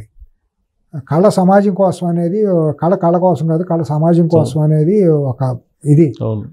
నిజంగా పాత సినిమాలు ఏ సినిమాలు అయినా కూడా సమాజంలో పేదరికాన్ని ఉద్ధరించడం కోసం, పేదవాడికి ఒక మంచి మెసేజ్ ఇవ్వడానికి నైతిక విలువలు ఏంటి, తల్లిదండ్రులకు ఎటువంటి ఇది ఇవ్వాలి, ఓల్డ్ ఏజ్ హోమ్లో మనం ఎట్టా చూడాలి, ఉమ్మడి కుటుంబాలు ఉంటే ఎట్టా బాగుంటాయి, ఒక అన్న చెల్లెళ్ళు, ఒక మెసేజ్ ఉండేది, రైతులకి ఏంటి, నిరుద్యోగులకి ఏంటి, ఈ చరిత్ర వేసేరాతో మరో ఎటువంటి సినిమాలు అండి అవన్నీ కూడా సమాజానికి గొప్ప గొప్ప ఈనాడు.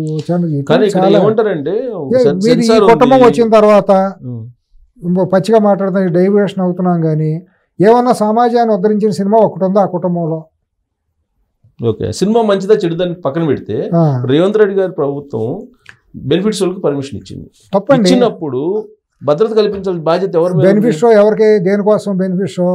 ఒక కాజ్ కోసం బెనిఫిట్ షో ఉంటుంది. ఆ బెనిఫిట్ షో వచ్చిన డబ్బులు తీసుకెళ్ళి ఒక అనాథాశ్రమానికో, వృద్ధాశ్రమానికో సమాజ హితం కోసం డబ్బులు ఇవ్వాలి. బెనిఫిట్ షో పేరుతో నువ్వు టికెట్ 1200 రూపాయలు అమ్మే చేసుకుని పేదవాడి దగ్గర రక్తం పీల్చి జలగల్లాగా దాని బెనిఫిట్ షో అని నువ్వు వెళ్ళిపోయి అక్కడికి వెళ్ళి ప్రదర్శన చేసి, నువ్వు రావద్దని చెప్పారు కదా, హీరో రావడానికి వీల్లేదని చెప్పారు కదా, నువ్వు వైలేట్ చేసావా లేదా చట్టాన్ని? రాలేదని చెప్పలేదని చెబుతున్నారు, వద్దని చెప్పారు పోలీసులు, రావడానికి వీల్లేదని. ఆ తర్వాత లెటర్ ఏదో బయటకు వచ్చింది, అది ఫేక్ నిజం అనేది దాని మీద ఫేక్ ఎట్ అవుతుంది, నిజమే. అది కోర్టు కూడా సబ్మిట్ చేశారు కదా. ఇది టోటల్గా బరితెగింపు అండి, సినిమా వాళ్ళకి బరితెగింపు. వాళ్ళకి సుబ్బారావు చెబుతున్నా కదా, తెలుగు సినిమా వాళ్ళకి కర్రు కాల్చి వాత పెట్టాల్సిందే. వాళ్ళకి ఏ ప్రభుత్వాన్నైనా, ప్రభుత్వం కాంగ్రెస్ రేవంత్ రెడ్డి గారి ప్రభుత్వం కూడా వాళ్ళకి అనుచితంగా లబ్ధి చేస్తే మాత్రం తప్పే. చెప్పారు కదా ఢిల్లీలో, నేను 1300 అమ్ముకోవడానికి పర్మిషన్ ఇచ్చాను, బెనిఫిట్ షోలు ఇచ్చానని చెప్పి. అది తప్పేది, రేవంత్ రెడ్డి గారు చెప్పారు, తప్పు, 100% తప్పే. అలాంటప్పుడు శాంతి భద్రతలు కూడా ఆయనే కల్పించాలి. ఆయన కల్పించి వద్దని చెప్పారు కదా, ఏసీపీ రావద్దని చెప్పారు కదా. ప్రధాని సీఎం చూడలేరు కదా, సీఎం కింద పోలీసు కమిషనర్ ఆఫ్ పోలీస్ ఉంటారు సిటీకి, ఆయన కింద డీసీపీలు, ఏసీపీలు ఉంటారు. ఏసీపీ దానికి అథారిటీ, ఆయన చెప్పాడు రావడానికి వీల్లేదని. వెళ్ళి బరితెగింపుకి వెళ్ళావు కదా నువ్వు, అంటే లెక్కలేంతానవా? అసలు ఒక సినిమా తీసినాక సినిమాకు అంటూ ప్రభుత్వ నియంత్రణ రేటు పెట్టిందండి, ఆ రేటే ఉండాలి. కానీ నేను ఒళ్ళు కొవ్వెక్కి నేను 1000 కోట్లతో సినిమా తీశాను, నా టికెట్ పెంచమంటే ఎట్లా పెంచుతారండి? పెంచారు. తప్పండి అది. రాష్ట్రంలో ఏ రేట్ అయితే నిబంధనలు ఉందో దానికి తగ్గట్టు నువ్వు సినిమా తీసుకో, దానికి తగ్గట్టు నువ్వు హెల్తీగా గ్రో, ఇబ్బంది ఏమి లేదు. కావాలని అల్లు అర్జున్ని జైల్లో పెట్టించాడు రేవంత్ రెడ్డి. ఏంటి అంత అవసరం ఏంటి? ఆయనకు లాభం ఏంటి చెప్పండి? రేవంత్ రెడ్డి గారికి కానీ ఇంకో వాళ్ళకి కానీ ఏమిటి లాభం చెప్పండి? జైల్లో పెట్టడం తెలంగాణ ముఖ్యమంత్రి ఎవరు అనేది ఆయన చెప్పలేకపోయాడు, దాని మూలన అరెస్ట్ చేస్తారు. అటైతే రోజు చాలా మందిగా రేవంత్ రెడ్డి గారినో లేకపోతే కేసీఆర్ గారిని అందరూ కామెంట్ చేస్తారండి. అసలు గుర్తే లేదనేది కదా. పొరపాటును గుర్తులో పెట్టుకో. ఇప్పుడు ఆ కుర్రాడికి అంత లోక జ్ఞానం ఉందని నేను అనుకోను. అతనికి డబ్బు బలుపును సినిమా బలిపి అర్ధంతరంగా వచ్చిన మేనమాన్ ద్వారా వచ్చిన సినిమా బలిపే తప్పించి లోక జ్ఞానం శూన్యం. సినిమా వాళ్ళకి అందరికి 90% మందికి లోక జ్ఞానం లేదు, అజ్ఞానులు. వాళ్ళకి ఆ సినీ ప్రపంచంలో అదే ప్రపంచం అనుకుంటా వాళ్ళని ఏదో దైవం సముద్రం వాళ్ళంతటా వాళ్ళు ఎక్కువగా ఊహించుకుంటూ బతుకుతున్నారు. అజ్ఞానం ఏం జనం వాళ్ళని చూస్తున్నారు. ఇది ఒక దురదృష్టకరం. 50 సంవత్సరాల నాటు నిరక్షరాస్యత ఎక్కువ శాతం ఉన్నప్పుడు ఏమైనా అజ్ఞానంలో ప్రజల వ్యామోహంతో సినిమా వాళ్ళు ఏమిటో నాటకాలు చేసేవాళ్ళు ఏమిటో ఊళ్ళలో చూస్తానికి ఎమ్మడబడ్డారంటే, పాత రోజులు ఎన్టీ రామారావు గారు సినిమా మొదలెట్టినప్పుడు జనం ఏమైనా చూస్తానికి వెళ్ళారంటే అప్పుడు పోన్లే అనుకునేవాళ్ళం. ఇవాళ చూస్తా అంటే ఇది అక్షరాస్యత పెరిగింది అన్న తర్వాత దీని అక్షరాస్యత అనాలా, ఇది నిజమైన నిరక్షరాస్యత మనకు అర్థం కాని పరిస్థితి. ఇవాళ సినిమా వాళ్ళని పోగొట్టడం, సినిమా వాళ్ళ వ్యామోహం, వాళ్ళకి సోషల్ మీడియాలో కూడా అసాంఘికమైన ముండా కొడుకులండి. ఇంజనీరింగ్ చేసిన వాళ్ళు, ఎంబీఏ చేసిన వాళ్ళు నికృష్ట ముండా కొడుకులండి. కన్న తల్లులను ఏమో గౌరవించరండి, ఆ హీరోలను పూజించడం ఏంటండి అదవలో. కాదండి, ఇవాళ విద్యావంతులైన వాళ్ళందరూ అసభ్యంగా అసాంఘికమైన శక్తులుగా తయారయ్యారు. సిఎస్ గారు మీరు సోషల్ సాఫ్ట్వేర్ రంగంలో వీళ్ళు ఉన్నారు కదా, కన్న తల్లిదండ్రులు గౌరవించరు, అక్కని చెల్లిని గౌరవించరు, పిల్లానికి పిల్లలకి గౌరవించరు. ఆ సినీ వాళ్ళంటే మరీ దారుణంగా తయారైపోయారు. వాళ్ళు అంత పూజించడం ఏంటో, అంత వ్యామోహం ఏంటో, అంత అజ్ఞానం ఏంటో. ఈ ముండా కొడుకులు కన్న తల్లిదండ్రులు కూడా కూడిపెట్టలేని వాళ్ళు, కన్న తల్లిదండ్రులు గౌరవించలేని వాళ్ళు, ఇంట్లో సొంత కుటుంబాన్ని గౌరవించలేని వాళ్ళు సినిమా వాళ్ళ మీద పెడతాడు. మనుషులా పశువులా? ఇప్పుడు అల్లు అర్జున్ అరెస్ట్ చేసినందుకు, అరెస్ట్ చేయించారు రేవంత్ రెడ్డి కావాలని చెప్పి రేవంత్ రెడ్డిని ఇప్పుడు ఎంటాడుతున్నారు నెటిజన్లు. ఏమీ పీకలేరండి, నెటిజన్లు పీకలేరు, ఎవరు పీకలేరు. ఆయన చేసిన దాంట్లో సోషల్ మీడియాలో రేవంత్ రెడ్డిని ట్రోల్ చేస్తున్నారు. ట్రోల్ చేస్తే కరుగాల్చి వాత పెడతారు. ఊరుకుంటారు, 2 కేసులు పెట్టి లోపలేసి తొక్కిన అరలు అవుతారు ఐటీ యాక్ట్ కింద. ఎందుకు పెడతారండి? ఆ ప్రభుత్వం పని చేస్తుంది. నువ్వు అసందర్భంగా సినిమా పెట్టుకుని ఇష్టం బరిదెగించి రోడ్ల మీద పడిపోయి తిరిగితే బరిదెగింపు కాదా ఇది? ఏంటంటే ఆడియో ఫంక్షన్లు అంటే జనాలకు కిరాయి ఇచ్చి అమ్మాయికి యువతలకు డబ్బులు ఇచ్చేసి 1000 2000 ఇవ్వటం తీసుకురావటం ఇక్కడ ఫ్యాన్స్ పేరుతో. ఫ్యాన్స్ వెళ్తే పెండా కూడా ఎంతమంది ఫ్యాన్స్ ఉంటారు? 2 లక్షల మంది. అదే సోషల్ మీడియాలో పిఆర్ మేనేజ్మెంట్ అని చెప్పి ఒక టీములు పెట్టడం, కృత్రిమైన వీడియోలు పెట్టడం. ఇవాళ ఏంటంటే ఎడిక్ట్ అయిపోయింది సమాజం అంతా. సోషల్ మీడియాకిను దీనికి డిజిటల్ మీడియాకి ఎడిక్ట్ అయిపోయింది. దొన్నేనిందంటే దోణ కట్టేయమంటాం, పిచ్చి పిచ్చి వార్తలన్నీ ప్రచారం చేయటం. ఏంది ఇదంతా శవాల మీద పేలాలు ఎదుర్కొంటాం. వీళ్ళు కళ, వీళ్ళు చేసేది కళా పోషణ. ఇప్పుడు అల్లు అర్జున్ ని జైల్లో పెట్టారు కదా, ఒక రేత్రి ఉంచారు. అయినా సరే రేత్రి ఉంచాలి, రేవంత్ రెడ్డి గారు అనుకునే చేసాడు అనేది కదా. కాదండి, వాళ్ళు ఎట్టి బస్సులో తీసుకురావాలని సక్సెస్ అయ్యారు కదా కోర్టులో. కోర్టు అక్కడ తప్పు జరిగింది కదా. ఇప్పుడు మీరు నేను వెళ్తే లంచ్ మోషన్ 1 గంటకు లంచ్ మోషన్ ఇస్తారా? లంచ్ మోషన్ యొక్క అర్థం ఏంటి అసలు? హౌస్ మోషన్ యొక్క అర్థం ఏంటి? ప్రాణం పోతుంది, అక్కడ విపరీతమైన ప్రాణ నష్టం జరుగుతుంది, లేకపోతే విపరీతమైన ప్రాణాపాయ స్థితిలో ఉంటేనే లంచ్ మోషన్. లంచ్ మోషన్ 10:30 కల్లా ఫైల్ చేసుకోవాలి. విశేషాధికారాన్ని ఇష్టానుసారం వాడితే విశేషాధికారం అది ఉండదు. విశేషాధికారం కొంతవరకే ఉంటుంది. అంతేగాని 10:30కి బెంచ్ మీదకి వెళ్ళినప్పుడు జడ్జి గారిని అడగాలి, ఇవాళ మాకు అర్జెన్సీ ఉంది ఎవరా అంటే కొద్దిగా మాకు కావాలండి. ఏంటంటే 2 మాటలు చెప్పినప్పుడు స్లిప్ ఇస్తారు జడ్జి గారు. అంటే దానికి టెక్నికల్గా ఏం చెప్తున్నారంటే అంతకంటే 3 రోజులు ముందే ఈయన నోటీసులు పంపించినప్పుడే అది కేసు స్టార్ట్ అయింది కాబట్టి లంచ్ మోషన్ తీసుకున్నామని చెప్తున్నారు. ఆ రొటీన్ కోర్సులో వస్తుంది. లంచ్ మోషన్ 1 గంటకి ఎట్ట అడుగుతారు దాన్ని? ఎట్ట మీకు నాకు ఇస్తుందా కోర్టు? అందరికి సామాన్యులు చాలామంది ఉన్నారు, ఇబ్బందులు పడేవాళ్ళు. చర్లపల్లిలోను, ముషీరాబాదు, ఈ ఇట్లో మన ఈ జిల్లా జైల్లోనూ, అక్కడ ఓల్డ్ సిటీలో జైలు ఉంది కదా, చెంచలు కూడా కొన్ని అబాయికులు చాలామంది ఉన్నారు. వాళ్ళందరికీ లంచ్ మోషన్లు అయితే ఇస్తారా కోర్టులు? ఏంటి అంత విశేష ఇది? ఒక సినిమా వాడికి ఉండే గొప్పతనం ఏంటి? అంత అవసరం ఏంటి? ఇప్పుడు కాదండి, అవుట్ ఆఫ్ టర్న్లో మళ్ళీ ఎమ్మంటే వినాల్సినంత అవసరం వచ్చింది. ఇంకోటి అక్కడ వేసింది పిటిషన్ బెయిల్ పిటిషన్ లేదని చెబుతున్నారు, సబ్జెక్టివ్ కరెక్షన్ వేసింది అక్కడ క్వాష్ పిటిషన్లో అసలు బెయిల్ ఇవ్వమని ఏ చట్టం చెప్పింది భారతదేశంలో కొత్త వింత కాకపోతే. క్వాష్ ప్రొసీడింగ్స్లో ఒకసారి రిమాండ్ అయిపోయిన తర్వాత అది ఇన్ఫెక్షన్స్ అయిపోయినట్టే, దానికి ఇది లేదు ఇంకా. అంతే చంద్రబాబు గారి విషయంలో అంతే కదా జరిగింది, ఎక్కడైనా అంతే. దాని యొక్క ఇది పోయినట్టే, విలువ పోయినట్టే, మనుగడ పోయినట్టే. కొత్తగా బెయిల్ పిటిషన్ వేసుకోవాలి. ఎక్కడా లేని విధంగా బరిది అదొక రకమైన వైలేషన్ జరిగింది అక్కడ. ఇక్కడికి వచ్చే సినిమా పేరుతో ఇష్టానుసారంగా రోడ్లు ఎక్కడం ఇళ్ళు బరిదిగించడం సినిమా వాళ్ళు. ఇప్పుడు ఆ రోజు ట్రయల్ కోర్టు రిమాండ్కి ఇస్తే హైకోర్టు బెయిల్ ఇచ్చింది. అవును, రాత్రి 10:30కి అక్కడికి వెళ్ళారు. జైలరు సహకరించలేదు అని చెప్పి జైలరు 10:30కి చేయడానికి లేదండి. ఇష్టాన్ని అర్ధరాత్రి బెయిల్ పిటిషన్ ఇస్తే ఆర్డర్ ఇచ్చాము విడుదల చేయమంటే జైలు మాన్యువల్ ఒప్పుకోదండి. ఎగ్జాక్ట్ ఇక్కడే రేవంత్ రెడ్డి ఇన్వాల్వ్ అయ్యి కావాలని ఆయన కావాలని కాదండి. వాళ్ళు తెలుసుకుంటే హైకోర్టు నుంచి ఆర్డర్ తీసడం 10 నిమిషాల పని అండి. అంత గొప్ప గొప్ప లీగల్ టీముని పెట్టుకున్నారు వాళ్ళు, అరవింద్ వాళ్ళు. మరి ఆ ఆర్డర్ ఎందుకు తెచ్చుకోలేకపోయారు? దాంట్లో రేవంత్ రెడ్డి గారి పాత్ర ఏముంటుంది? రేవంత్ రెడ్డి గారి పాత్ర ఉందని నేను అంటాం కాదు, కేటీఆర్ అనేక సందర్భాలు చెప్తాడు. మరి వాళ్ళు ఒకటే కూడా అన్నారు కదా, ఈవెన్ కేంద్ర హోంశాఖ సహాయ మంత్రి బండి సంజయ్ కూడా అన్నారు కదా, ఏమన్నా అన్నామండి. ప్రభుత్వ వైఫల్యాన్ని కాస్త అల్లు అర్జున్ అరెస్ట్ చేసేదానికి తీసుకెళ్ళి. దురదృష్టం ఏంటంటే అన్ని రాజకీయ పార్టీలు సినిమా వాళ్ళ మీద ఆధారపడి రాజకీయం చేద్దామనే దురదృష్టకరమైన దిగజారిపోయిన పరిస్థితుల్లో ఉన్నాయండి. అంతేగాని సిద్ధాంతంలోనూ మనం ప్రజాబాహుళ్యంలో మనం ప్రజల కోసం మంచి చేసి మనం మన్ననలు పొంది రాజకీయం చేద్దామనే ఇంగిత జ్ఞానం పోయిందండి.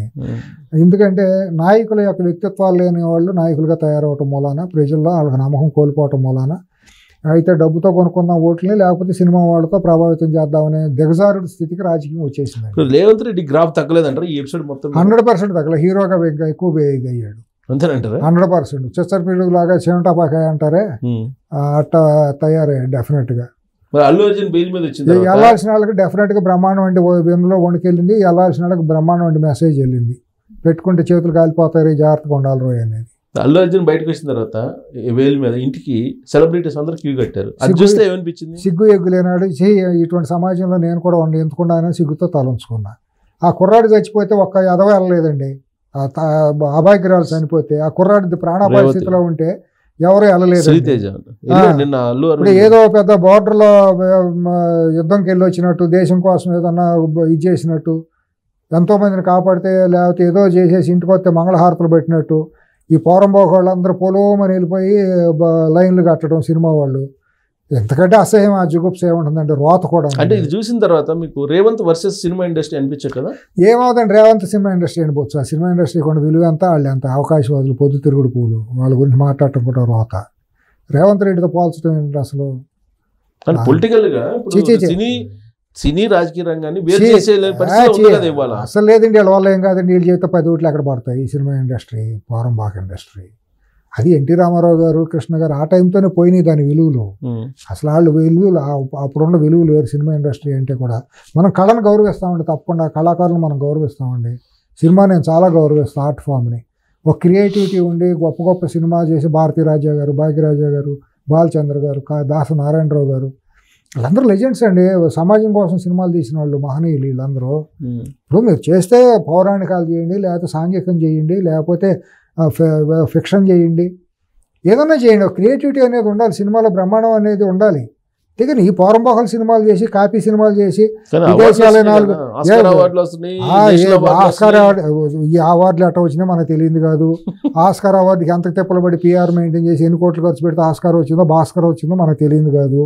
ఆస్కార్ వచ్చే సినిమాకి అంత అర్హత ఉందా లేదా అనేది మీకు నాకు తెలుసు.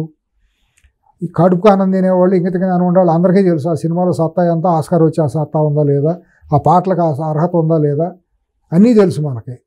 అవార్డులు రాగానే గొప్ప వాళ్ళు అయిపోరు కదా. అటైతే పద్మశ్రీ అవార్డులు వచ్చిన చాలా మంది ఉన్నారు. వాళ్ళ వ్యక్తులు కొంత గౌరవం ఏంటో సమాజంలో మనకు తెలియదు. ఆయన ఐకాన్ స్టార్ అంటున్నారు, దాదాపు 2000 కోట్లు ఏదో స్టార్లు పెట్టుకుంటమే, రకరకాల స్టార్లు అని మనం పెట్టుకుంటమే. మనం కూడా మీరు నేను కూడా ఏదో స్టార్లో బొంగ భాషను పెట్టుకుని మనం కూడా పెట్టుకుంటాం. ఏముంది దీంట్లో? అది ఈజీగా తీసేస్తున్నారు, కానీ గవర్నమెంట్ దీనివల్ల భారీగా డ్యామేజ్ అయ్యింది. నేను మాత్రం ఢిల్లీకి కూడా చేరింది ఈ పంచాయతీ. రేవంత్ రెడ్డి పదవి ఊడిపోబోతుంది. సుబ్బారావు గారు నేను చెప్తున్నాను కదా, తెలుగు ఇండస్ట్రీ వాళ్ళు సమకాలీన తెలుగు ఇండస్ట్రీ గురించి మాట్లాడుకుంటే నాకు రోత, అసహ్యం, జుగుప్స. మరో కోణంలో అంత మునుపు నేను రెండు శక్తుల గురించి చెప్పా, నేను వాళ్ళ గురించి మాట్లాడుతూ చేస్తున్నాను. తెలుగు వాళ్ళు తెలుగు ఇండస్ట్రీ గురించి కూడా నాకు అటువంటి అభిప్రాయం తెప్పించి వాళ్ళ మీద నాకు ఏమాత్రం గౌరవం లేదు. నాకు బంధుత్వాలు ఉన్నాయి, సినిమా ఇండస్ట్రీతో నాకు స్నేహాలు ఉన్నాయి, సన్నిహిత సంబంధాలు ఉన్నాయి, అయినా కూడా నా అభిప్రాయం ఇది. మీకు ఇంకొక విచిత్రమైన పరిణామం ఉంది ఈ ఎపిసోడ్ మొత్తం మీద. వైఎస్ఆర్ కాంగ్రెస్ పార్టీ సపోర్ట్ చేశారు అల్లు అర్జున్కి. అదే ఏ గూటి పక్షులు ఆ గూటికి వెళ్తాయని అందుకనే అసహ్యం నేను మాట్లాడినాను. అందుకనే ఏ గూటి పక్షులు ఆ గూటికి చేరతాయి. నవరత్నాలను ఒక పక్క వెళ్తే నత్తగొల్లని ఒక పక్క వస్తాయి. ట్వీట్ చేశాడు జగన్మోహన్ రెడ్డి. చేస్తారు, చూసి అన్నీ చూసాం. ఇప్పుడు కేటీఆర్ను జగన్ వీళ్ళే చేశారు. ఎవరు చేశానండి? చంద్రబాబు గారు ఫోన్ చేయడం కూడా తప్పేనండి. ఆయన హోదాకి ఏమాత్రం కరెక్ట్ కాదండి. పవన్ కళ్యాణ్ తప్ప అందరూ వచ్చినట్టున్నారు, చిరంజీవి అందరూ వెళ్ళినట్టు. ఇంగిత జ్ఞానం ఉండాలి, ఎవరో వెళ్ళరు, చేయరు, ఫోన్ చేయరు. పవన్ కళ్యాణ్ గ్రేట్ అంటారా? 100% చేయకుండా ఉండటం మాత్రం డెఫినెట్గా గ్రేట్. ఆయన కలవలేదుగా, కలవకపోయినా ఫోన్ చేసినట్టు కూడా ఎక్కడ ఫోన్ చేసినట్టు కూడా ఎక్కడ లేదు. రాకపోతే మాత్రం డెఫినెట్గా ఆయన వ్యక్తిత్వం ఉన్న మనిషి. ఈ మొత్తం ఎపిసోడ్లో ఎవరైనా సరే, ఎవరైతే ఫోన్ చేయలేదో, ఎవరైతే అక్కడ కనీసం దాని గురించి మాట్లాడలేదో వాళ్ళే వ్యక్తిత్వం కలిగిన నాయకులుగా నేను గుర్తిస్తాను. ఇప్పుడు కొత్త పార్టీ పెడుతున్నాడు అల్లు అర్జున్. పెట్టుకోమన్నాడు. ఏమన్నా కేఏ పాల్ పార్టీ లాగానే ఇంకోటి పెట్టుకోమన్నాడు. ఎవరు కాదన్నాడు? 10 ఏళ్ళు ఉంటే మనం ఢిల్లీలో వెళ్ళి బ్రహ్మాండంగా మీరు నేను కూడా పార్టీ రిజిస్టర్ చేసుకోవచ్చు. అడ్డం ఉంది రాజ్యాంగం. అంటే అలా మీరు తీసేస్తున్నారు, కానీ ఒక జగన్మోహన్ రెడ్డి కూటమి కడుతున్నాడు. ఆ కూటమిలో అల్లు అర్జున్ పార్టీ ఉంటుంది. ఒక సోషల్ మీడియా ఏ గూటి పక్షులు ఆ గూటికి వెళ్తాయి. నవరత్నాలు ఒక పక్క వెళ్తే నత్తగొల్లని ఒక పక్క వెళ్తాయి. చల్లని కాళ్ళు చిల్లు కాళ్ళు ఒక పక్క చేరితే ఏమవుతుంది? బొంగ అవుతుంది, భాషణ అవుతుందా? అంటే ఈ కూటమికి పోటీగా ఏమవుదండి? ఏడవాళ్ళు ఏమీ కాదండి. గుడ్డికాని మూర్తి అంతా తెరితే అంత ఏడవాళ్ళు ఏమి ఎఫెక్ట్ ఉండదంటారా? వీళ్ళకి ఏం తెలుసా? సోషాలజీ తెలుసా? ఎకనామిక్స్ తెలుసా? పాలిటిక్స్ తెలుసా? పేదవాడి కడుపు కోత తెలుసా? ఆకలి తెలుసా? వీళ్ళకి నిరుద్యోగ యువత బాధ తెలుసా? ఏం తెలుసు? వీళ్ళు పార్టీ పెట్టి ఏం మాట్లాడతారు? ఈ బొంగు భాషణంగా వెళ్ళి సమాజంలోకి వెళ్ళి ఏం మాట్లాడతారు? పవన్ కళ్యాణ్ గారికి ఇమేజ్ ఉంది కాబట్టి అంతే ఇమేజ్. కాదండి, పవన్ కళ్యాణ్కి ఉన్న కన్సర్న్లో వీళ్ళకి 1% లేదు. ఆయనకి కన్సిస్టెన్సీ లేకపోవచ్చు, కానీ ఒక సమాజంలో పేదవాడి పక్షాన కొద్దిగా కన్సర్న్ ఉంది ఆయనకి. కనీసం అయ్యో పాపం అనేది ఉండొచ్చు, స్పందన అనేది ఉండొచ్చు. ఎంతవరకు యాక్ట్ అవుతుందో తెలియదు. కానీ ఇప్పుడు సమాజంలోనండి ప్రతి అంశంలో ప్రతి కోణంలోకి వెళ్ళి తొంగి చూడగలిగినాడే నాయకుడు అవుతాడండి.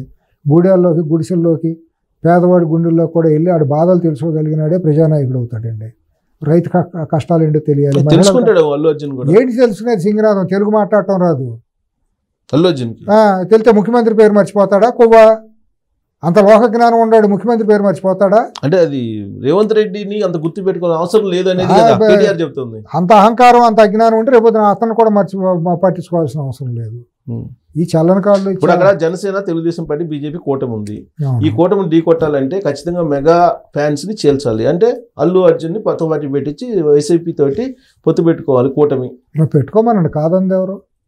పెట్టుకుంటే కాదు, వెళ్ళిపోతుంది కదా, పని అయిపోతుంది కదా. ఎంతసేపు ఏ టైం వేస్ట్ అండి ఇటువంటి వాళ్ళ గురించి, చెత్త గురించి మాట్లాడి అమూల్యమైన టైంని మనం దుర్వినియోగం చేసుకున్నాడు సిఎస్ గారు. ఇంక వేరే రైతుల గురించి, పేదవాడి గురించి, ఇంక దేని గురించి మాట్లాడుకున్నా, కనీసం మూసీ నది మురుగు నీటి గురించి మాట్లాడుకున్నా మనకు మంచి మాటలు మాట్లాడుకోవచ్చు. రేవంత్ రెడ్డి గారు లైట్ తీసుకున్నట్టు మీరు కూడా లైట్ తీసుకుంటారు. 100%. ఎవరినైనా సినిమా ఇండస్ట్రీనే లైట్గా తీసుకోవాలి. వాళ్ళు బతుకు తెరుగు కోసం ముఖానికి రంగులు వేసుకుని ఏడిసేవాళ్ళు. వాళ్ళ మూలాన సమాజానికి ఏమైనా రూపాయి లాభం ఉందో చెప్పండి. ఏమైనా రూపాయి లాభం ఉండి సినిమా తీశారా? ఎప్పుడన్నా సమాజం కోసం అంకిత భావంతో ఏదైనా పేదవాడికి జోలు పెట్టారా? పేదవాడి కోసం ఏమన్నా మునిగిపోతే, మన విజయవాడ మునిగిపోతే తెలుగు సినీ యాదవులు ఏమైనా వెళ్ళి అక్కడికి వెళ్ళి నిలబడ్డారా? మేము కూడా ఉన్నాం, మేము సైతం అని. ఎందుకు వాళ్ళ గురించి జీవోత్సవాలు అవన్నీ బతుకు తెరువు కోసం రంగులు వేసుకుని, అంతమించి వాళ్ళ బతుకు తెరువు మార్గం లేదు, కష్టపడలేరు, బుద్ధి లేదు, జ్ఞానం లేదు. శ్లేషంలో ఏగంటారే అక్కడ పీకారు పోమనండి. ఏమి పీకలేరండి. నేను ఎవడొచ్చిన బ్రహ్మదేవుడు వచ్చినా సరే నేను సినిమా ఇండస్ట్రీని చాలా గౌరవిస్తా. నాకు చాలా ఆత్మీయులు. ఇప్పుడున్న సినిమా పరిశ్రమ అంటే నాకు చెత్తతో సమానం, మురుగుంట కంటే హేను. అంతే. వాళ్ళ గురించి నేను మాట్లాడి నా నోటిని నేను పాడు చేసుకోను. మరొక అంశం ఏంటంటే, ఆంధ్రప్రదేశ్లో ఒక బీహార్ గ్యాంగ్ వచ్చింది. ఈ బీహార్ గ్యాంగు సుఫారీ కుదుర్చుకొని ఎవరెవరినో హత్య చేయడానికి ప్లాన్ చేస్తున్నారు అనేది శ్రీకాకుళం పలాసలో తేలింది బయట. మరి అది ఆ ప్రాంతం వరకు పరిమితం చేయాలి. రాష్ట్ర వ్యాప్తంగా వెళ్తుందండి. 100% రాష్ట్ర వ్యాప్తంగా మోడస్ ఆపరండి. వాళ్ళు దాంట్లో ఆరితేరిన వాళ్ళండి. అంతకుముందు రాయలసీమలో ఈ ముఠాలు ఉండేయండి, అంతక ముఠాలు. ఇప్పుడు అక్కడ ఎరాడికేట్ అయిపోయినాయి. ఇప్పుడు అక్కడ ముఠాలు లేవు. ఏపీలో ఎక్కడా కూడా విజయవాడ, గుంటూరు, ఒంగోలులో కూడా హంతక ముఠాలు పాత రోజుల్లో ఉండేవి. వాటన్నిటినీ కాలక్రమంలో ఎరాడికేట్ చేసేసారు పోలీసులు. ఇప్పుడు ఫ్యాక్షనిస్టుల జీవితంలో కూడా అక్కడ చెప్తే వినేవాళ్ళు రాయలసీమలో ఎవరు లేరు ముఠాలు. ఆ పాత రోజుల్లో అమాయక జనం కొన్ని వర్గాలకు చెందిన వాళ్ళు ఇటువంటి వాటికి కిరాయి ఇస్తే చంపేసి వచ్చేవాళ్ళు అండి. ఇప్పుడు వాళ్ళందరూ లేరు. పిల్లలందరూ కూడా చక్కగా చదువుకుని అక్కడ కూడా ఆర్థికంగా స్వావలంబన వచ్చేసేసి ఎవరు బతుకులు వాళ్ళు బతుకుతున్నారు. అది పూర్తిగా ఎరాడికేట్ అయిపోయింది అక్కడ. ఆవేశంతో కొట్టుకుని ఏదైనా జరిగితే హత్యలే తప్పించి చిన్న చిన్న అంతే తప్పించి ఇట్లా కిరాయి సుపారీ తీసుకుని కొట్టే వాళ్ళు బీహారును, బాంబే ముఠాలు లాగా ఇక్కడ ఆంధ్రప్రదేశ్లో లేరు. ఇంతకుముందు ఎప్పుడు లేదు. కొత్తగా ఇక్కడ హైదరాబాద్లో కూడా పోలీసింగ్ పర్ఫెక్ట్ పోలీసింగ్. పాత రోజులు ఎప్పుడు కొట్లాట ఉండేది. కానీ ఇక్కడ కూడా ఆంధ్ర పోలీసింగ్ అంటేనే ఒక దిశానిర్దేశం చేయగలిగిన ఆంధ్ర అంటే హైదరాబాద్ ఇదంతా కలిపే పాత రోజుల్లో. యునైటెడ్ ఆంధ్రప్రదేశ్లో policing the best policing in the country. అంత గొప్ప పోలీసింగ్ ఉన్నప్పుడు అక్కడ ఇవాళ ఉన్న పరిస్థితులు ఏంటంటే బయట నుంచి రావాల్సిందే ముఠాలు. వైసీపీ వాళ్ళ నేచర్ డిఎన్ఏనే అటువంటిది. కాబట్టి ఇవాళ మరి చంద్రబాబు గారు, పవన్ కళ్యాణ్ గారి నేతృత్వంలో ఉన్న ప్రభుత్వం, లోకేష్ కూడా ఎమర్జ్ అవుతున్నాడు కాబట్టి ఆయన కూడా అక్కడ ఇంటెలిజెన్స్ని, పోలీసుల్ని చాలా జాగ్రత్తతో కొద్దిగా అలర్ట్ చేయాలి. అటువంటి ముఠాలను ఎక్కడికక్కడ తక్షణం అరెస్ట్ చేయడం కాదు, కాల్చిపారేయాలి ఎన్కౌంటర్ల పేరుతో. ఒక 5-6 ఎన్కౌంటర్ల పేరుతో కాల్చిపారేస్తే కానీ కంట్రోల్ కాదు. అది ఓన్లీ ప్రారంభ సూచికగానే. పలాసలో జరిగిన ఏంటంటే తెలుగుదేశం పార్టీ లీడర్ నాగరాజు అని అతను అక్కడ అధ్యక్షుడు టీడీపీ, అతను ఈ వైఎస్ఆర్ కాంగ్రెస్ పార్టీ వాళ్ళు ఆక్రమించిన భూముల మీద కంప్లైంట్ చేశాడు. అందుకని అతను చంపడానికి విశాఖపట్నంలో కూడా మూర్తి యాదవ్ అనే ఒక ఆయన చాలా వీరోచితంగా పోరాడారండి. అవును, చాలా నిబద్ధతగా బయట పెట్టాడు కదా, బయట పెట్టాడు. అప్పుడు జవహర్ రెడ్డి ఇది కూడా ఆయన బయట పెట్టాడు. ఇటువంటి విజిల్ ప్లేయర్స్గా ఉండాళ్ళు, లేకపోతే ఇటువంటి పార్టీలతో ఎలైన వాళ్ళందరూ ఎవరెవరైతే వాళ్ళు కంటగింపుకుంటారో వాళ్ళందరి మీద వీళ్ళు దృష్టి పెడతారండి. టెర్రరైజ్ చేయడానికి చూస్తారండి. ఒక 5-6 చోట్ల అయిందనుకోండి, ఎవరికాళ్ళు డిమారలైజ్ అయిపోయి భయభ్రాంతులు అయ్యే పరిస్థితి వస్తే వాళ్ళు దాన్ని అడ్వాంటేజ్ చేయాలని తీసుకుంటారండి. ఇవాళ ఉన్న పరిస్థితుల్లో ప్రభుత్వం పోలీసింగ్ అంత గొప్పగా లేదనే నేను అనుకుంటున్నానండి. ఏపీలో ఓకే, అది తక్షణం వాళ్ళు దాన్ని రెస్టోర్ చేసుకోకపోతే మాత్రం కొద్దిగా ఇబ్బంది పడతారండి. మరి వాళ్ళు ప్రభుత్వంలో ఉన్న పెద్దలు వాళ్ళందరూ మరి ఏ రకంగా ఆలోచిస్తున్నారో మనకు తెలియదు. అంటే దూరంగా ఉండి మనం ఏదో రాయేసినట్టు ఉండకూడదు. అంటే 6 నెలలుగా జరిగినటువంటి పరిణామాలన్నీ కూడా ఒకసారి రివ్యూ చేసుకుంటే అరెస్టులు అనేది దాదాపుగా లేకుండా ఉన్నాయి, 1-2 తప్ప. అవును, ఎవరికాళ్ళు బెయిల్ తెచ్చుకుంటున్నారు, ముందస్తు బెయిల్ చేస్తున్నారు. అక్కడ ప్రాసిక్యూషన్ కూడా టోటల్ ఫెయిల్యూర్ అండి. ప్రాసిక్యూషన్ అంటే ప్రభుత్వం కంట్రోల్లోనే ఉంటుంది, పీపీలు వీళ్ళందరూ కూడా. దాని మీద ప్రభుత్వం దృష్టి లేదు ఇంతవరకు కూడా. ముఖ్యమంత్రి గారు కానీ ఎవరు కూడా, లోకేష్ గారు ఎవరు దృష్టి పెట్టలేదు. నేను 6 నెలల నుంచి గమనిస్తున్నాను. ఏపీలో ఎక్కడా కూడా ప్రాసిక్యూషన్ అనేది చాలా పేలవంగా అసలు లేనట్టే ఉంది. ప్రధానమైన ప్రాసిక్యూషన్ అనేది వెన్నెముక లాంటిది గవర్నెన్స్కి. ఎందుకంటే ఈ క్రిమినల్ యాక్ట్లో దీంట్లో ప్రాసిక్యూషన్ అనేది చాలా కీలకమైన భూమికి పోషిస్తుంది. బరిదెగిచ్చేసి హత్యారోపణలో ఉన్నటువంటి అతను పేరేంటి, విజయవాడ గౌతమ్ రెడ్డి, అతను లాంటి వాడు కూడా పరారు ఉండదు. మన ఆల్మోస్ట్ లాస్ట్ మినిట్కి వచ్చేసింది. హైకోర్టు ఇవ్వటానికి రెడీ అయ్యే పరిస్థితి వచ్చింది ఒకనొక క్షణంలో, కానీ కుదరలేదుగా. కుదరకపోతే లక్కీగా ఇమీడియట్ గా కొన్ని స్టెప్స్ తీసుకుంటాం మూలాన్ని. కానీ ఇప్పుడు వెంకటరెడ్డికి బెయిల్ ఎట్టా వస్తుంది? అడ్డుకోవాలి కదా, ప్రాణం పెట్టి పోరాడినట్టు ఉండాలి కదా ప్రాసిక్యూషన్ వాళ్ళు. వాసుదేవరెడ్డికి బెయిల్ ఎట్టా, ఇన్స్పెక్టర్ బెయిల్ వస్తుంది? సజ్జల భార్గవరెడ్డి అనే అతనికి ఎట్టా వస్తుంది? ఏం చేస్తున్నారు అక్కడ అసలు? దాని మీద వీళ్ళు దృష్టి పెట్టొద్దా? ఈయన ఎంతసేపు విదేశీ పెట్టుబడులు, విజన్ 2047 ఇయ్యానా ప్రభుత్వం అంటే? అంటే గతంలో ఒక ఇంటర్వ్యూలో చెప్పారు, డ్రగ్స్ తర్వాత గంజాయి ఏ స్థాయిలో ఉందని, దాన్ని ఎరాడికేట్ చేయడానికి ఈగిల్ అనే ఒక సిస్టమ్ పెట్టి ఐపీఎస్ ఆఫీసర్ని పెట్టారు, చేస్తున్నారండి. అది సపరేట్ అండి, దానికి దీనికి సంబంధం లేదండి. ఇవాళ పాత చేసిన అరాచకం చేసిన వాళ్ళందరూ బెయిల్ వస్తా అంటే నీకేమవుతుంది? గంజాయి డ్రగ్స్ అయితే సపరేట్ అంశం, దానికి దీనికి ముడిపెడతారు. ఇప్పుడు బీహార్ వాళ్ళ అన్నీ ఉంటాయి అక్కడ. పోలీసింగ్ ప్రాసిక్యూషన్ సరిగ్గా లేదు. పూర్తిగా వైఫల్యం, చంద్రబాబు గారి వైఫల్యం కనపడుతుంది. ముఖ్యమంత్రినే కదా మనం అనాల్సింది, ఇంకెవరిని అంటాం? అంటే వ్యవస్థ ఉంటుంది, వ్యవస్థ ముఖ్యమంత్రి. మరి ఇంకెవరు? మరి లోకేష్. ఇప్పుడు పవన్ కళ్యాణ్ గారు ఏ డిపార్ట్మెంట్ కి కాదండి, పవన్ కళ్యాణ్ గారిని మనం అనలేం కదా. ఆయన చేతుల్లో లాండ్ ఆర్డర్ లేదు, ఆయన చేతిలో ఏమీ లేదు కదా. ఇప్పుడు ఆయన చేతిలో ఉన్న సీజ్ ద షిప్ మాత్రం ఏమైంది? ఏమవుతుంది, నవ్వులపాలైంది. చివరికి సీజ్ ద షిప్ అనేది ఆయన అనకూడదు. సీజ్ ద షిప్ అనే మాట ఒక ముఖ్యమంత్రి అనేది ముందు ఆయనకు హక్కు ఉందా లేదా, షిప్ని సీజ్ చేసే హక్కు రాష్ట్ర ప్రభుత్వానికి ఎంతవరకు ఉందనే మాట అనాలి. అన్నప్పుడు మాత్రమే మనం ఆ మాట చేయాలి. అక్కడ కెమెరాల ముందు అనేటప్పటికీ సీజ్ ద షిప్ అని అన్నారు, తప్పు జరిగింది కాబట్టి. అది రకరకాల అపార్థాలకు దారితీసింది. తర్వాత అది సీ వాటర్స్ అనేవి మొత్తం కేంద్ర ఉపరితల దాని కంట్రోల్లో ఉంటాం. నౌకాశ్రయాలు, ఎయిర్పోర్ట్లు అన్ని వేరుగా ఉంటాయి. ఇవన్నీ లెటర్ రాశారు కదా రాష్ట్ర ప్రభుత్వానికి, మీరు ఎలా ఆపుతారండి? అదే నేషనల్ ఎక్స్పోర్ట్స్ లిమిటెడ్ ఏదో ఏజెన్సీ అది రాసింది. ఆఫ్రికా భారతదేశం మధ్య ఒప్పందాలు కోర్టు, హైకోర్టు కూడా వెళ్ళారు. వాళ్ళు ఖరీదైన లాయర్లను పెడతారు.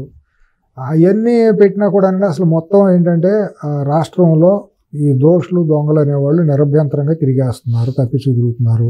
కొంతమంది అయితే పోలీసులే సహకరిస్తున్నారు ఏమన్నా అనుమానాలు కలుగుతున్నాయి. వాళ్ళు బయట తిరుగుతున్నారు కానీ పోలీస్ రికార్డులో మాత్రం అబ్స్కాండింగ్గా చూపించుకుంటున్నారు చాలా కేసుల్లో. ఇది చాలా లేదు, అస్సలు లేదు. మధ్యలో నేను ఏదో గత 2 నెలల నాడు కొద్ది పర్వాలేదు అని అనుకున్నాను కానీ అక్కడ అసలు ఏమీ లేదు. మరి ఎందుకు జరుగుతుంది, ఉద్దేశపూర్వకంగా జరుగుతుందా లేకపోతే ఏం జరుగుతుందో ఏమో అర్థం కావట్లేదు. ఈయన ఎంతసేపు చంద్రబాబు నాయుడు గారు కూడా ఎంతసేపు విజన్ 2047 విదేశీ పెట్టుబడులు ఇది అని చెప్పి నా ఊహల్లోనే ఉండారు తప్పించి క్షేత్రస్థాయిలో రాజకీయంగా చేయకపోతే మాత్రం పునాదులు కదులుతాయి. చెప్తున్నారు కదా పొలిటికల్ గవర్నెన్స్ అని. ఎక్కడ చేస్తుంది? పొలిటికల్ గవర్నెన్స్ లేదు అసలు. అక్కడ పొలిటికల్ గవర్నెన్స్ ఉంటే అటు జరగదు నిజంగా. మరి what the meaning of the political governance I don't know.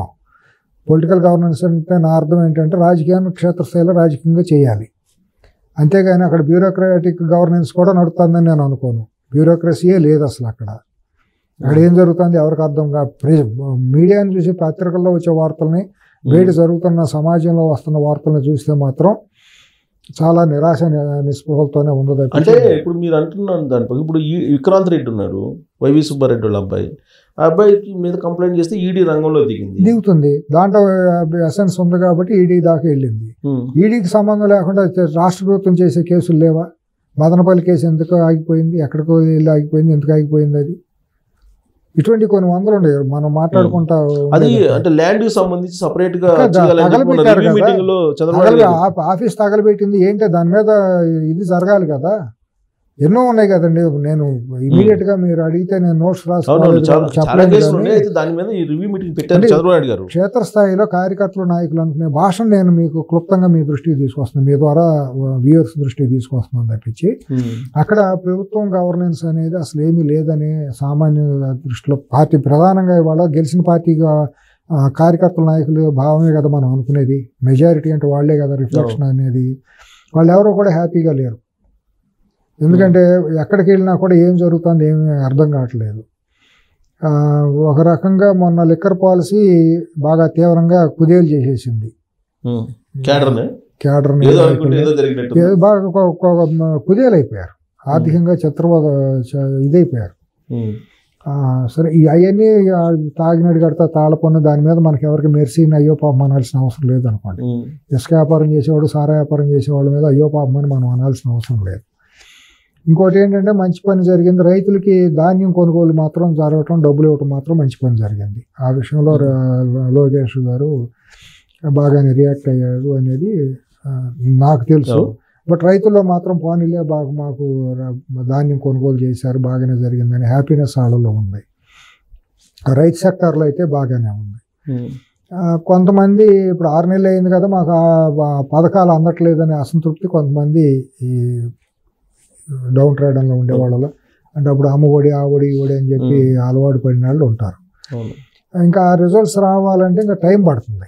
So వాటన్నిటికన్నా కూడా జగన్మోహన్ రెడ్డి ఆదాని మధ్య ఏదో జరిగింది, 1700 కోట్ల రూపాయల చేతులు, మరి ఆ ఒప్పందాన్ని మీరు ఎందుకు రద్దు చేయట్లేదు అనేది బాగా నష్టం చేసిందండి. దాని మీద నేను చేయను అంటే అది తీవ్రమైన నష్టం అండి. బీజేపీకి భయపడి అన్నట్టు, లేదంటే అదానికి చెయ్యలేము, చేస్తే కొద్దిగా ఎక్కువ నష్టం వచ్చే అవకాశాలు నష్టం ఏమి లేదండి. దాంట్లో ట్రీటీలో ఉందండి, ఆ నష్టం ఏంటంటే 3,000 కోట్లు 5,000 కోట్లు అదాని కట్టాలి అని చెప్పి దాంట్లో ఉందండి. అది ఇప్పుడు లీగల్ గా బైండింగ్ అయ్యేదన్నా వైలేషన్ జరిగినప్పుడు నువ్వు చేసిందే ఇల్లీగల్ అయిపోయి నువ్వు చేసిందే బ్రైబింగ్ చేసి అతని మీద ఒరిజినల్ కేసు పెట్టాలి. కేసు పెట్టాలన్నప్పుడు సెకీ అనే దాన్ని అడ్డం పెట్టి చేశాడు కాబట్టి అది వైలేషన్. అది కాబట్టి అది అనైతికమైన ఒప్పందం. అనైతికమైన ఒప్పందం క్యాన్సిల్ చేసుకున్నప్పుడు అది చెల్లదు, పెనాల్టీ క్లాజు చెల్లదు. అది సింపుల్గా అందరికీ తెలిసిన విషయమే. కాబట్టి ఇది కాదు అసలు. ఆయన చేయాలంటే సాహసం చేయట్లేదు, చేయాలనే ఆలోచన లేదు. పైన బీజేపీ మోడీ గారు అమిత్ షా గారు ఒత్తిడి ఏదో ఉండొచ్చు. దానికోసం వీళ్ళు ఇక్కడ వీళ్ళ పార్టీని పణంగా పెట్టడం తప్పు. వీళ్ళ వ్యక్తిత్వాలని వీళ్ళ గౌరవాలని ఇవాళ జగన్మోహన్ రెడ్డికి వీళ్ళకి తేడా లేదన్న భావం వచ్చేసింది. అక్కడ చక్కగా ఒక శత్రువు బలంగా దొరికి లోపలేయటానికి బలంగా ఉన్నప్పుడు మేమేమి చేయము, మేము చేతులు కట్టు కూర్చుంటాము అని అంటే అది అచేతనత్వం కిందకు వస్తుంది తప్పించి అది రాజకీయం పొలిటికల్ గవర్నెన్స్ కిందకు రాదు. అంటే అది సెంట్రల్ పరిధిలో ఉండేటువంటి అంశం కదా. ఏమన్నా ఇప్పుడు ఇక్కడ అంతర్జాతీయ ఇష్యూ కదా. అవునండి, కాదండి, దాంట్లో అవినీతి ఆరోపణ కనపడుతుంది కదా, కనిపిస్తుంది. దాని మీద 17 ఇది యాక్ట్ ఉంది కదా, పీసీ యాక్ట్ ఉంది కదా, దాని కింద ఎందుకు చేయకూడదు? నువ్వు ఇనిషియేట్ చేయొచ్చు కదా. 17 మీ చంద్రబాబు గారి మీద పెట్టింది క్లియర్ కట్ దీంట్లో దొరికినట్టే కదా. అమెరికా దాంట్లో 1,700 కోట్ల రూపాయలు తీసుకున్నారు అనేది దాంట్లో ఛార్జ్ షీట్. చంద్రబాబు గారికి మాత్రం అరెస్ట్ చేయకూడదని ఎందుకు ఉంటుంది? ఇది ఇంటర్నేషనల్ ఇష్యూ, దాంట్లో ఏదో జోక్యం ఇవన్నీ ఉంటాయి కదా. అరెస్ట్ చేస్తే అదాని దాకా వెళ్తుందనే భయం ఉండొచ్చు, అంతే తప్పించి అవన్నీ తెలిసిపోతుంది కదా. నీకు ఎవరిచ్చారు ఏంటి అని ఇన్వెస్టిగేషన్లోకి వెళ్తే అదాని ఎత్తులు చూపించాలి. దాంట్లో based on America court charge sheet బేస్కి తీసుకుని కనుక పెడితే మరి ఆయన విట్నెస్ అన్న అవుతాడు, లేకపోతే కో అక్యూజ్డ్ అన్న అవుతాడు అదాని. కాబట్టి వెరసి రాష్ట్రం పోయే పరిస్థితి వస్తుంది. రాష్ట్రానికే కదా నష్టం ఇదంతా కూడా. అదాని అడ్డం పెట్టుకుని ఇంకొక కో బెనిఫిషరీ ఎవరు? షిరిడి సాయి ఎలక్ట్రికల్స్. 3 కంపెనీలకి అక్కడ ఆంధ్రప్రదేశ్లో ఈ ఒప్పందం సెకీ ద్వారా ఒప్పందం జరిగింది. Reliance, Adani, Shirdi Sai electricals. మరి అవన్నీ ఏంటి ఇదంతా? ఇప్పుడు సామాన్యులు అందరూ చదువుకున్న వాళ్ళు అందరికీ అర్థమైపోతుంది. అర్థమైపోతుంది. మీరు అన్నట్టు నరేంద్ర మోడీ అదాని బంధు, దానివల్ల చదవలేకపోతున్నారు అనేది కూడా ఉంటుంది. రేపొద్దు మీరే కదా పునాదులు కోల్పోయేది. తెలుగుదేశం పార్టీ పునాదులు కోల్పోతే కార్యకర్తలు ఇది వచ్చేస్తే భారీ మూల్యం చెల్లించుకునే తెలుగుదేశం కానీ బీజేపీ కాదుగా. బీజేపీకి ఏం పోయింది? ఏదో సామెత ఉంది, ఏదైతే మనసు మెరిగితే ఏముందని అంటారే, వాళ్ళకి వచ్చే నష్టమే ఉంది. వాళ్ళు ఎటైనా ఏదో ఒక రకంగా లాభ పొందాలని చూస్తారు. సో ఈ విధానపరమైన నిర్ణయాల్లో కొంచెం తడబాటు ఉందంటారు. పూర్తిగా తడబాటు ఉంది. విధానపరమైన నిర్ణయాలు లా అండ్ ఆర్డర్లను ఇది చేయడంలో ప్రాసిక్యూషన్ వైఫల్యం కళ్ళగట్టినట్టు కనపడుతుంది.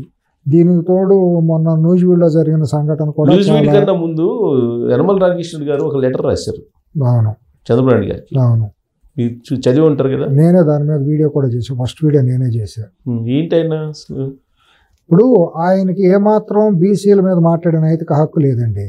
ఆయన ఏ రోజు కూడా బీసీల కోసం 42 సంవత్సరాల్లో బీసీల కోసం వాయిస్ ఇప్పిన మనిషి కాదండి ఆయన. ఇవాళ వచ్చేసి బీసీలు పల్లికారులు భూములు ఆక్రమించారంటే వాళ్ళు కొత్తగా ఏమైనా వచ్చి ఆక్రమించిందా? కాకినాడ సీపోర్టు SEZ నువ్వు ఎప్పటి నుంచో ఉన్నావుగా. ఆ రోజు నువ్వు ఎక్కడికి వెళ్ళావు? పేద రైతుల పక్షాన్ని నువ్వు ఎందుకు మాట్లాడలేదు? ఆ రోజే వచ్చి నువ్వు లెటర్లు రాయొచ్చుగా. పేద రైతుల పక్షాన్ని ఎండలో నిలబడి పోరాటం చేయొచ్చుగా. నువ్వు ఏ రోజు నీడను దాటి ఎండలోకి రావు, ఏసీ దాటి బయటికి రావు. నువ్వు యాదవ్ అని బీసీ అని చెప్పుకోవడానికి నీకు నామోషి, నువ్వు చెప్పుకోలేవు. లెటర్ రాసేటప్పుడు చౌదరి అని రాయాల్సిన అవసరం ఉంది. వాళ్ళ పేర్లో చౌదరి ఎక్కడ ఉంది? కేవీ రావు అని రాయి. చౌదరి అని రాయాల్సిన అవసరం ఉంది. కేవీ రావు అని రాయి. తప్పే ఉందంటో కులాన్ని నువ్వు టార్గెట్ చేసినట్టే కదా. మురళీ చౌదరి ఎక్కడ ఉంది? మురళీ అని ఉంది. ఆయన పేరు దివి మురళీకృష్ణ. మురళీ చౌదరి అని రాయటం ఏంటి? GMR వైసీ అని రాయటం ఏంటి? ఎవరిని సన్నాయి నొక్కులు నొక్కి నువ్వు ఎవరిని ఏం చేయదలుచుకున్నావు? ఇప్పుడు తుని ఘటనలో తుని దీంట్లో కాన్స్టిట్యున్సీలో ఎక్కువ రైతులు గగ్గోలు పెడుతున్నారు. ఎక్కువ రైతుల నుంచి ముక్కుపిండి వసూలు చేసిన బలవంత వసూళ్ళు ఉన్నాయి. మరి దాని విషయంలో వాళ్ళ తమ్ముడి మీద చాలామంది ఆరోపణలు ఉన్నాయి. మరి అక్కడేం మాట్లాడలేవే? అక్కడ పేద రైతులు కాదా వాళ్ళందరూ? మరి నీ కుటుంబంలో ఎంతమందికి కావాలి? రాయలసీమ నుంచి తీసుకొచ్చి అల్లుడిని తీసుకొచ్చి ఏలూరులో ఎట్ట పార్లమెంట్కి నిలబెట్టుకుంటావు? నలుగురు ఉన్నారు. నీ విజయంకుడు, నువ్వు, నీ కూతురు, నీ అల్లుడు. మళ్ళీ రాజ్యసభ కావాలి, అది గవర్నర్ కావాలి. ఏంటి అంత ఇదేముంది? బీసీలు మరి గొల్ల కమ్యూనిటీలు, యాదవ్ కమ్యూనిటీలు ఇంకా చాలా మంది ఉన్నారుగా. 42 సంవత్సరాలు యనమల రామకృష్ణ గారి ద్వారా ఎమర్జీ అయిన బీసీ నాయకుడు ఎవడన్నా ఉన్నాడా? పోని కుర్రాడు యాదవ్ కమ్యూనిటీలో ఎవరైనా పికప్ చేశాడో పని జిల్లాలో బలమైన కమ్యూనిటీ కదా అది. ఏ జిల్లా అన్నా ఆయన కోసం నిలబడిన యువకులు ఉన్నారు ఎక్కడన్నా? యాదవ్ యువకులు పలానా మా జై హనుమల్ గారు అని అనేవాళ్ళు ఎవరైనా ఉన్నారా?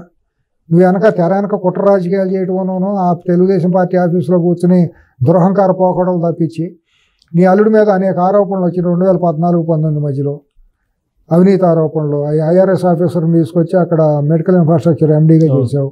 ఆ రోజు నువ్వు ఎందుకు మాట్లాడలేదు? నేను అడగరా? నువ్వు పని బీగించుకుంటానికి సింగపూర్ వెళ్ళావు, 5 లక్షలు 6 లక్షలు ఖర్చు పెట్టావు. ఆ రోజు బీసీలు కదా? నువ్వు తెలుగుదేశం పార్టీలోకి వచ్చినప్పుడు నీ ఆస్తి ఎంత, ఇవాళ నీ కుటుంబ ఆస్తి ఎంత? మరి అదేంటి పిఎంకే డిస్టిలరీస్లో 2019-2024 మధ్య 800 కోట్ల రూపాయల ఆర్డర్లు వచ్చినాయి. డిస్టిలరీస్ అన్నీ మూతపడిపోయినాయి, లేకపోతే వైఎస్ కాబంద ఆస్తాల్లో కుటుంబం కాబంద ఆస్తాల్లోకి వెళ్ళిపోయినాయి ఆంధ్రప్రదేశ్లోని డిస్టిలరీలోని. నీ డిస్టిలరీ మాత్రం, నీ అల్లుడి డిస్టిలరీ మాత్రం ఒకటే అట్ట నడిచింది. అంటే జగన్మోహన్ రెడ్డి గారితో 100% క్రిసిల్ రేటింగ్ ఎట్టా వస్తుంది? AA క్రిసిల్ రేటింగ్ ఎట్టా వచ్చింది పిఎంకే డిస్టిలరీకి?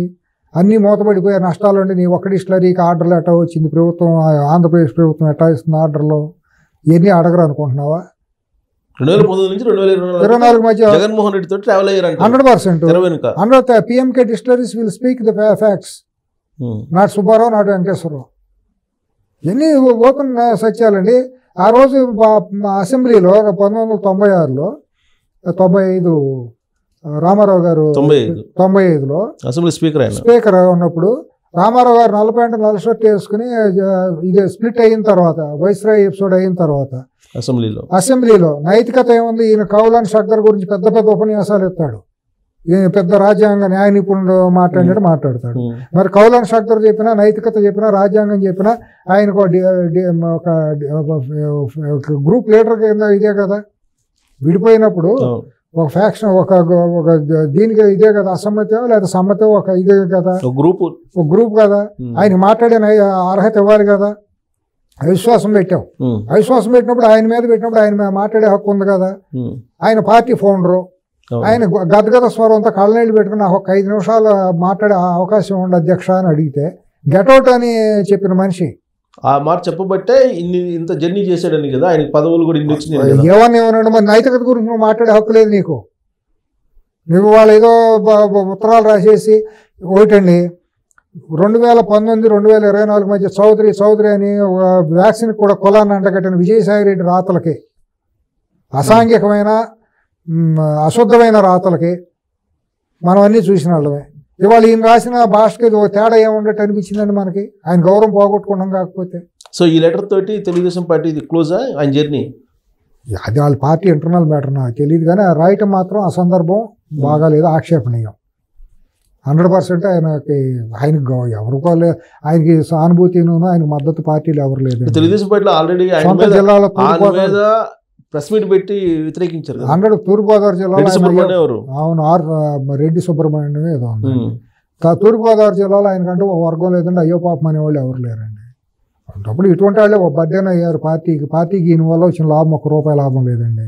గతంలో ఇప్పుడు ఏ వర్గం ఈయనకి సపోర్ట్, ఈయన వెళ్ళి బయటకు వెళ్ళి ఎండలోకి వెళ్ళి నిలబడి ఓట్లు అడిగింది ఎక్కడ లేదు, ప్రచారం చేసింది. ఇప్పుడు పక్కన చింతకాయలు అయిన పాత్రుడు పోరాడాడండి ఆయన. 5 సంవత్సరాలు ప్రతిపక్షంలో ఉండగా ప్రాణాలు వడ్డీ కుటుంబం కొడుకు వీళ్ళందరూ కేసులు పెట్టుకుని పోరాడారండి. జిల్లాలో అందరూ ఎవరు కోసినంత వాళ్ళు పార్టీ కోసం పోరాడారండి. ఈయన ఏం పోరాడారండి? ఈయన ఎక్కడ వచ్చి పార్టీ ఆఫీస్లోకి వచ్చి ఏమైనా పని మేధో మాత్రం చేశాడా? పని ఏమైనా మేధో మాత్రం చేసి జిల్లాలో జరుగుతున్న ఈ విషయాలని లేకపోతే ఇబ్బందులు ఏమైనా ఇచ్చేశారా? ఏంటి ఈయన వ్యూహం చేసింది? ఏంటి ఈయన పార్టీకి చేసిన కంట్రిబ్యూషన్ ఎంత? ఈయన అక్కడ చేరుకుని చేసిన కుట్రలు ఎన్ని బయటికి తెలియని 40 ఏళ్ళకి నేను చూస్తున్నా పార్టీలో. కానీ ఇప్పుడు ఎన్నమల్ని పక్కన పెట్టింది చంద్రబాబు నాయుడు గారా లేదా లోకేష్ గారా? ఏం చేశారో మనకు తెలియదండి. ఇంటర్నల్ రాజకీయం నాకు తెలియదు. పక్కన పెట్టారో లేకపోతే ప్రయారిటీ ఇస్తున్నారో నాకు తెలియదు. చంద్రబాబు గారు ఆయన పక్కన పెడతారని నేను అనుకోను. ఆయన చాలా హైయెస్ట్ ప్రయారిటీ ఇస్తాడు. ఆయనకున్న బలహీనత అదే. చంద్రబాబు గారు బలహీనత ఇటువంటి వాళ్ళకి ప్రయారిటీ ఇవ్వటం ఆయన బలహీనత. అందుకనే పార్టీ అట్లా ఇబ్బందులు పడుతుంది. అది ఇంటర్నల్ మ్యాటర్. కానీ ఆయన అట్లా మాట్లాడిందని నేను మనస్తాపం చెందా. ఒక వ్యక్తిగా, ఒక కులస్తుడిగా, నేను కమ్మ కులస్తుడిగా నేను రెస్పాండ్ అయ్యి మాట్లాడాల్సి వచ్చి మాట్లాడేది తప్పించి ఆయన రాజకీయంగా టార్గెట్ చేయాలనో లేకపోతే ఆయన ఎవరో నేను ఎవరో నాకు పరిచయం లేదు. ఆయనకు అవసరం కూడా నాకేమీ లేదు. పర్సనల్గా మీరైతే రియాక్ట్ అయ్యారు కానీ KGF అని పెట్టారు ఒకటి. అయ్యండి. వాళ్ళు అసలు రెస్పాండ్ కాలేదు. వాళ్ళు తెలంగాణ వరకేనా మనకేం గ్లోబల్ కదా, గ్లోబల్ అది చిన్నది కాబట్టి వదిలిపెట్టేశారేమో. ఎన్టీఆర్ ఘాట్ సంబంధించి కూడా రెస్పాండ్ అయినట్లు వాళ్ళు ఎవరో లేవు, చాలా ఉండే సంఘాలు, ఇటువంటి సంఘాలు, కార్తీక మాసం సంఘాలును, సంక్రాంతి సంబరాల సంఘాలు, ఇటువంటి కుచ్చికాయ సంఘాలు చాలా ఉన్నాయి. వాళ్ళకి ఎందుకు వాటి గురించి మాట్లాడుకుని టైం వేస్ట్ చేయడం. పార్టీలో సుదీర్ఘంగా ఉన్నటువంటి యనమల గారు లెటర్ రాస్తే ఇప్పుడు లేటెస్ట్గా ఇప్పుడు ఆళ్ళ నానిని తీసుకోవాలని చూస్తున్నారు వైఎస్ఆర్ కాంగ్రెస్ పార్టీ నుంచి, జోగి రమేష్ని తీసుకోవాలని ఏదో తెర వెనుక ప్రయత్నాలు చేశారు, అది బూమరాంగ్ అయింది అంటున్నారు. తప్పండి, అసలు చాలా దుర్మార్గం అండి. పార్టీ చేస్తున్న తప్పండి అది. పార్టీ ఇప్పుడు 40 సంవత్సరాలకి జెండా మోసిన కార్యకర్తలు అభిష్టాన్ని దృష్టిలో పెట్టుకోకుండా చేస్తే మాత్రం వాళ్ళు చాలా తప్పు చేసిన వాళ్ళు అవుతారండి. మొన్న గెలిచింది పాత కార్యకర్తలు ఉంటేనే వీళ్ళు పార్టీలు చేరటం మూలాన ఇప్పుడు కొత్తగా ఆళ్ళ నానీలు, బోళ్ళ నానీలు, వీళ్ళు జోగులు బోగులు చేరటం మూలాన గెలిచారా, వాసిరెడ్డి పద్మలు వీళ్ళు చేరటం మూలాన గెలిచారా, లేకపోతే కార్యకర్తలు కష్టపడటం మూలాన గెలిచారా? నీ కార్యకర్తలను అవమానం చేసినట్టే కదా. వాళ్ళు వచ్చి నీకు ఏం చేస్తారు, కౌంటర్ గ్రూపులు తయారు చేసి నీకు పెంట పెడతారు కదా, పార్టీలో కుప్పట్లు పెడతారు కదా, అది సరి చేసుకుంటే సరిపోతుంది కదా. ఇంగిత జ్ఞానం ఉండాలి. ఇప్పుడు చేస్తారా, వాళ్ళని చేర్చుకుంటాం అంత అవసరం ఏముంది? కాదు, ఇప్పుడు కరెక్ట్ రాజకీయం చేసుకుంటే వాళ్ళని తొక్కిన ఆరలాగా అక్కడ చెప్పుకుని ఇదిలాగా తొక్కిపెట్టి లాస్ట్ ఇయర్ ఎలక్షన్కి 1 సంవత్సరం ముందు కావాల్సిన వాళ్ళు చేర్చుకోండి. ఇప్పుడు అంత 6 నెలలు అవగానే ఇంకా అంత అవసరం వచ్చింది, పార్టీని వాళ్ళని చేర్చుకోవాల్సిన అవసరం వచ్చింది. పార్టీలో ఉండాలి, ఏ రకమైన సఫికేషన్ ఫీల్ అయిపోతారు. 5 సంవత్సరాలు అణచివేతకైనా కేసులు గురైన వాళ్ళు మనోభావాలు ఏ రకంగా బాగా గాయపడతాయండి. ఇది కనీసం చూడాలి కదా. సుదీర్ఘమైన రాజకీయ అనుభవం ఉన్నటువంటి చంద్రబాబు గారికి తెలీదా? అసలు లేదండి, టీం అక్కడ లేదండి. పార్టీకి ప్రభుత్వానికి మధ్య ఇది ఒక ఇది లేదండి, కోఆర్డినేషన్ లేదండి. ఆ పార్టీ ఆఫీసులో ఎవరున్నారు ఏంటో అసలు ఏమి ఇంతవరకు అక్కడ ఒక ఇంటలెక్చువల్ టీం కానీ, ఒక అధిష్టానం కానీ, బ్యూరో దాని పోలిట్ బ్యూరో కూర్చొని మాట్లాడటం కానీ ఏమీ లేదని ఉన్నట్టు నాకు 6 నెలల్లో కనపట్టలేదండి. అసలు పార్టీలో జరిగేదానికి ప్రభుత్వం జరిగేదానికి కోఆర్డినేషన్ అనేది ఒకటి జరగాలండి. అది ఏదో సర్వే ఏజెన్సీల మీద పడి కొంత డేటా తీసుకున్నారు, కార్యకర్తలు పార్టీ కష్టపడిన వాళ్ళు ఎవరు ఏంటని. మరి ఐవీఆర్ఎస్ తీసుకుంటే తతిమాటి కూడా ఐవీఆర్ఎస్ తీసుకోవాలి. మన రాజ్యసభ సభ్యులు ఇచ్చినప్పుడు కూడా ఐవీఆర్ఎస్ తీసుకున్నారు లేదా? మరి వాటన్నిటికి కూడా ఐవీఆర్ఎస్ పార్టీకి ఫండింగ్ పెట్టిన వాళ్ళు ఉంటాయి కదా కొన్ని. అప్పుడు ఇక ఐవీఆర్ఎస్ అనే దానికి అర్థం ఎందుకు? దాని మన కళ్ళ ముందే తెలుస్తుంది ఏ కాన్స్టిట్యున్సీలు ఎవరు కష్టపడ్డారు, సుబ్బారావు గారు ఎన్ని మీటింగ్లకు వచ్చారు ఏంటి అనేది మన కళ్ళకు తెలుస్తుంది. ఐవీఆర్ఎస్ ఎందుకండి? అసలు న్యూస్ ఏం జరిగింది అనుకుంటున్నారు తెర వెనుక? అది చాలా దుర్మార్గం అండి, తప్పండి వాళ్ళు చేసింది. అట్లాగే చంద్రబాబు గారు జరిగిందా లేదంటే అది బరితీగింపు అని అంటా నేను. ఇప్పుడు వేరే వేరే కుల సంఘంలో ఎవరినన్నా పిలుచుకోవచ్చు, నేను దాన్ని కాదన్నా. ఇప్పుడు ఒక కులంలో నువ్వు పలానాన్ని పిలువు, పలానాన్ని పిలవవద్దని మనం ఎవరు అంటానికి వీలేదు. కులం అన్నాక కుల బహిష్కరణ అనేది ఎక్కడ జరగటానికి వీల్లేదు. అతను జిల్లాలో మాజీ మంత్రి, ఇప్పుడు అతనికి ఇవాళ కూడా చెబుతాను, జోగి రమేష్ అని అతను గౌడ అని చాలా, నేను కృష్ణా జిల్లాలో పుట్టి పెరిగాను, నాకే అతను గౌడ అనేది నాకు తెలియదు ఇప్పుడు అట్లా అనుకుంటున్నది. ఎందుకంటే అతనికి ఆ ముద్ర లేదు. ఆ కులం తరఫున ఇప్పుడు అతను పోరాడలా, కుల నాయకుడిగా పెరగల. కాకి వెంకటరావు అయినా మొదటి నుంచి పోరాడాడు. అప్పుడు మన అంకెం ప్రభాకర్రావు గారు, ఇటువంటి వాళ్ళందరూ గౌడ నాయకులు అంటే వాళ్ళందరూ ఉండరు. అప్పుడు తర్వాత కొద్దిగా గొప్ప ఈ కొనకల నారాయణ బ్రదర్స్ వాళ్ళు కూడా కొద్దిగా గౌడ నాయకులుగా ఉన్నారు, కానీ వాళ్ళకు కూడా అంత పెద్ద చెప్పుకోదగ్గ ఇది జనబాహుళ్యంలో అంత గొప్ప ఇది చేయలేకపోయారు. ఇప్పుడు కొనకాల మన ఈ కాకి వెంకటరావు గారు అబ్బాయి ఉంటాడు, సోషల్ మీడియా పద్ధతిగానే ఉంటాడు. సరే ఇవన్నీ పక్కన పెడితే అతను పిలవకూడదని మనం చెప్పడానికి వీల్లేదు. ఒక గౌడ సంఘం వాళ్ళు పిలుచుకున్నారు. గౌడ సంఘంలో గౌతులచ్చన్న గారిని, సరే ఆ కులంలో గొప్ప మనిషి, ఆయన అన్ని కులాలకి మనిషి. ఒక రకంగా చూస్తే గౌతులచ్చన్న గారిని అన్ని కులాల వాళ్ళు మనాడాను పిలుచుకుంటారు. కమ్మాళ్ళు నిజంగా చూస్తే కమ్మాళ్ళు ప్రతి ఒక్కళ్ళు మావాడే అనుకుంటారు. అక్కడ ప్రధానమైన కులం ఆయన, ఎందుకంటే అంత అందరికి మనిషి ఆయన. కొంతమందిని కులానికి పరిమితం చేయకూడదు. ఇప్పుడు ఎన్జి రంగా గారిని, గౌతులచ్చన్న గారిని, ఇటువంటి వాళ్ళని, ఎన్టీ రామారావు గారిని, వీళ్ళందరూ కుల నాయకుల. దౌర్భాగ్యం కాబట్టి కులాలకు తీసుకెళ్లి మచ్చరాయటం, అటువంటి మహనీయులుగా మా కుల మచ్చ అంటించడం ఏంటండి గొప్ప. ఇప్పుడు పుచ్చలపల్లి సుందరయ్య గారికి మనం మచ్చ అంటించడం ఎంత అవివేకంగా ఉంటుందండి. దుర్మార్గం ఎక్కడికి వెళ్తుందో అర్థం కాదు. ఆ స్థాయికి దిగజారిపోతున్నారు సమాజం. ఇప్పుడు ఆ పేరు, ఇప్పుడు ఆహ్వాన పత్రికలో అతని పేరు ఉన్నప్పుడు మంత్రిగా బాధ్యత ఉంటుంది కదా, వద్దు పార్టీ అధ్యక్షుడు ఇంటి మీదకి వెళ్ళారు, బ్యాడ్ అవుతుంది, వద్దని చెప్పి పక్కన పెట్టాలి. లేదంటే నేను రానన్నా చెప్పాలి, మీరు చేసుకోండి, నేను రాను, విగ్రహం పెట్టుకోండి, నేను సహకారం చేస్తాను అనాలి. సరే అప్పుడు గౌతు సురేష్ గారు వెళ్ళినా మనం పెద్ద పట్టించుకోవాలి, ఎందుకంటే విచిత్రంగా నేను చూడలేదు, ఆవిడ ఇంకా విలువ తగ్గించుకున్నారు. ఆవిడ మాట్లాడటం వల్ల మాట్లాడకుండా ఉంటే కొద్దిగా రిగ్రెట్ ఫీల్ అవుతున్నారన్న ఒక ఉండేది. మంత్రి బహిరంగ సమాపం చెప్పారు. ఆవిడ మాట్లాడిన దాంట్లో తాడి చెట్టు ఎందుకు ఎక్కాను, గోడ మీదకి ఎక్కాను అన్నట్టు మాట్లాడారు ఆవిడ. దొంగ తిరుగు సమాధానాలు సభ్య సమాజం గమనిస్తారు కదండి. ఆవిడంటే అందరికీ ఒక మన ఇంటి ఆడపిల్ల, మన చెల్లి, మన అమ్మాయి అన్న ఫీలింగ్, రియల్ ఫైటర్ అండి. పార్టీ కోసం సఫర్ అయింది పాపం, అక్కడ ఎంతో అవమానాలకు గురైన పిల్ల అమ్మాయి.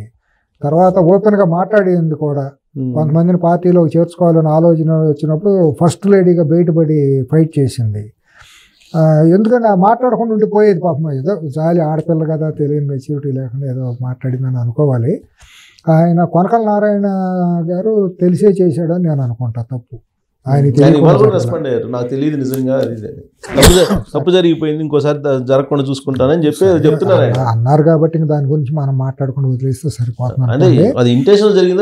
ఇప్పుడు అతను వచ్చేసి అక్కడికి వచ్చి మాట్లాడినప్పుడు అన్న మైక్ తీసుకునే దిగబోయానా అనాల్సింది, వీళ్ళ గౌరవం పెరిగేది. అసలు ఆ స్పీచ్ వింటే అసలు పూర్తిగా వైఎస్ రాజశేఖర రెడ్డికి అవును పూర్తి బరిదెగించి మాట్లాడాడు. అతని సంస్కారహీనత అంతా అక్కడ చూపించాడు. అటువంటి వ్యక్తులు వెళ్ళటం వలన గోతులచ్చన్ గారు ఆత్మ క్షోభిస్తుంది. అంత గొప్ప మనిషి, సోషలిస్ట్ పార్టీగా ఉండి అందరినీ బీసీ వర్గాలు అందరికీ మనిషి. ఇటువంటి లఫంగ్ గాళ్ళును ఎదవలో స్టేజ్ ఎక్కి మాట్లాడితే ఆయన అగౌరవపరిచినట్టు అవుతుంది. ఇప్పుడు ఒక అసాంఘిక శక్తి అండి, వాడు కుల నాయకుడు అండి, కులానికి కూడా మర్యాద పోతుంది. అటువంటి వాళ్ళని కులం తెలుగుదేశం పార్టీలో తీసుకురావడానికి ప్రయత్నం చేశారు. ఆ రోజుతో పాత్రమేనండి, చేశారు. దుర్మార్గులు కొందరు చేశారు. 2014-19 మధ్యలో చేశారు. 19 ఎన్నికల ముందు కూడా ఆల్మోస్ట్ తీసుకొచ్చి చేయాలని ప్రయత్నాలు కొంతమంది మేధావులు చేశారు, కృష్ణా జిల్లా తెలుగుదేశం మేధావులు. ఇవాళండి కృష్ణా జిల్లా రాజకీయం చూస్తేనండి భ్రష్టు పెట్టిపోయింది. ఏసీఎస్ గారు ఎక్కడో మహనీయులు కాకాని వెంకటరత్నం గారు, మండల వెంకటకృష్ణారావు గారు, గుంటూరు బాపనయ్య గారు, మహనీయులు గొప్ప గొప్ప లెజెండ్స్ చేసిన రాజకీయం అండి కృష్ణా జిల్లా రాజకీయం. మొక్కపాటి వెంకటేశ్వరరావు గారు ఎక్కడెక్కడో ఉన్నారు. తర్వాత సనుమోలు గారు, పెననేని గారు అంటే మీరు తెలియని ఏమన్నా జిల్లాలో. అట్లాగే మన యలమంచి శివాజీ గారు కూడా మచ్చలేని నాయకుడిగా, ఆయన నాయకుడిగా శంకర సత్యనారాయణ గారు, మరి దేవుడు మంత్రి సింహాద్రి సత్యనారాయణ, వడ్డీ రంగారావు గారు. ఏందండి అసలు మహనీయులు, గొప్ప గొప్ప మేధావులు. బూరుగల రామకృష్ణ, మన ఐదేవర కాళేశ్వరరావు గారు, మన భోగరాజు పట్టాభిషేకరామయ్య గారు. ఎటువంటి చరిత్ర కలిగిన నేల. ఇవాళ ఎటువంటి భ్రష్టు పట్టిపోయిన కృష్ణా జిల్లా రాజకీయం అంటే అంత దారుణంగా ఉంది పరిస్థితి. రాబోయే రోజుల్లో జోగి రమేష్ పార్టీలోకి వచ్చే అవకాశం ఉందంటారా? ఆ రోజుతో ఇక పార్టీకి బోర్డు పెట్టేసుకుంటా. అది ఓకే. అసలు ఆ సింటమ్స్ నేనైతే తీసుకుంటారు అనుకోలేదు, తీసుకోరు అనుకుంటున్నాను. నేను తీసుకుంటే బాగా తీవ్రమైన నష్టం జరుగుతుంది, అంతకంటే దారుణమైంది ఏమి ఉండదు. ఇప్పుడు వీళ్ళందరినీ చేసుకున్నప్పుడు నా వంశీ, నేను కొడాలి నాని, లక్ష్మీపార్వతి గారిని, వాళ్ళు వస్తానండి శ్రీరెడ్డిని, పోసాని కృష్ణమల్ని చేసుకుంటే అయిపోతుంది. కౌంటర్ లేదు కదా, ఎవడు మాట్లాడేవాడు అవతల ఎవడు ఉండడు కదా. ఇంకా విజయసాయి రెడ్డి నేను వాళ్ళు కూడా ఏదైనా మాట్లాడుకుని వాళ్ళకి కూడా ఏదైనా మళ్ళీ రిపీట్ ఇస్తాం రాజ్యసభ అని, సజ్జల రామకృష్ణారెడ్డి అందరం చేసేసుకుంటే అయిపోయాయి. గ్యాస్ చిత్రాలకు వచ్చి ఒక్కటే ఉండదు.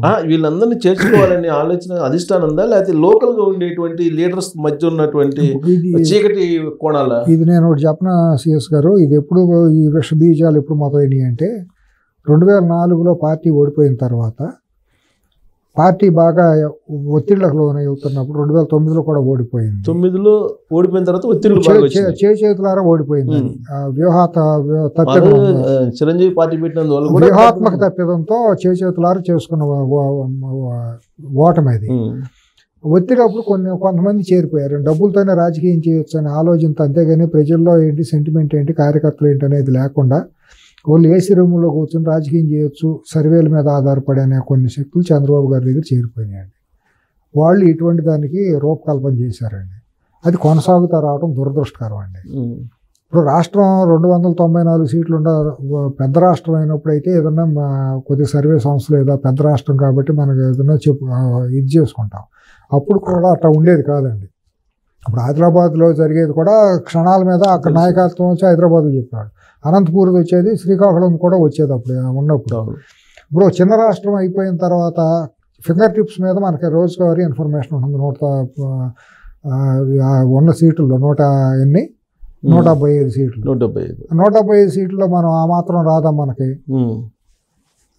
దానికోసం కూడా ఎంత ఇదైపోవాల్సిన పని ఉంది.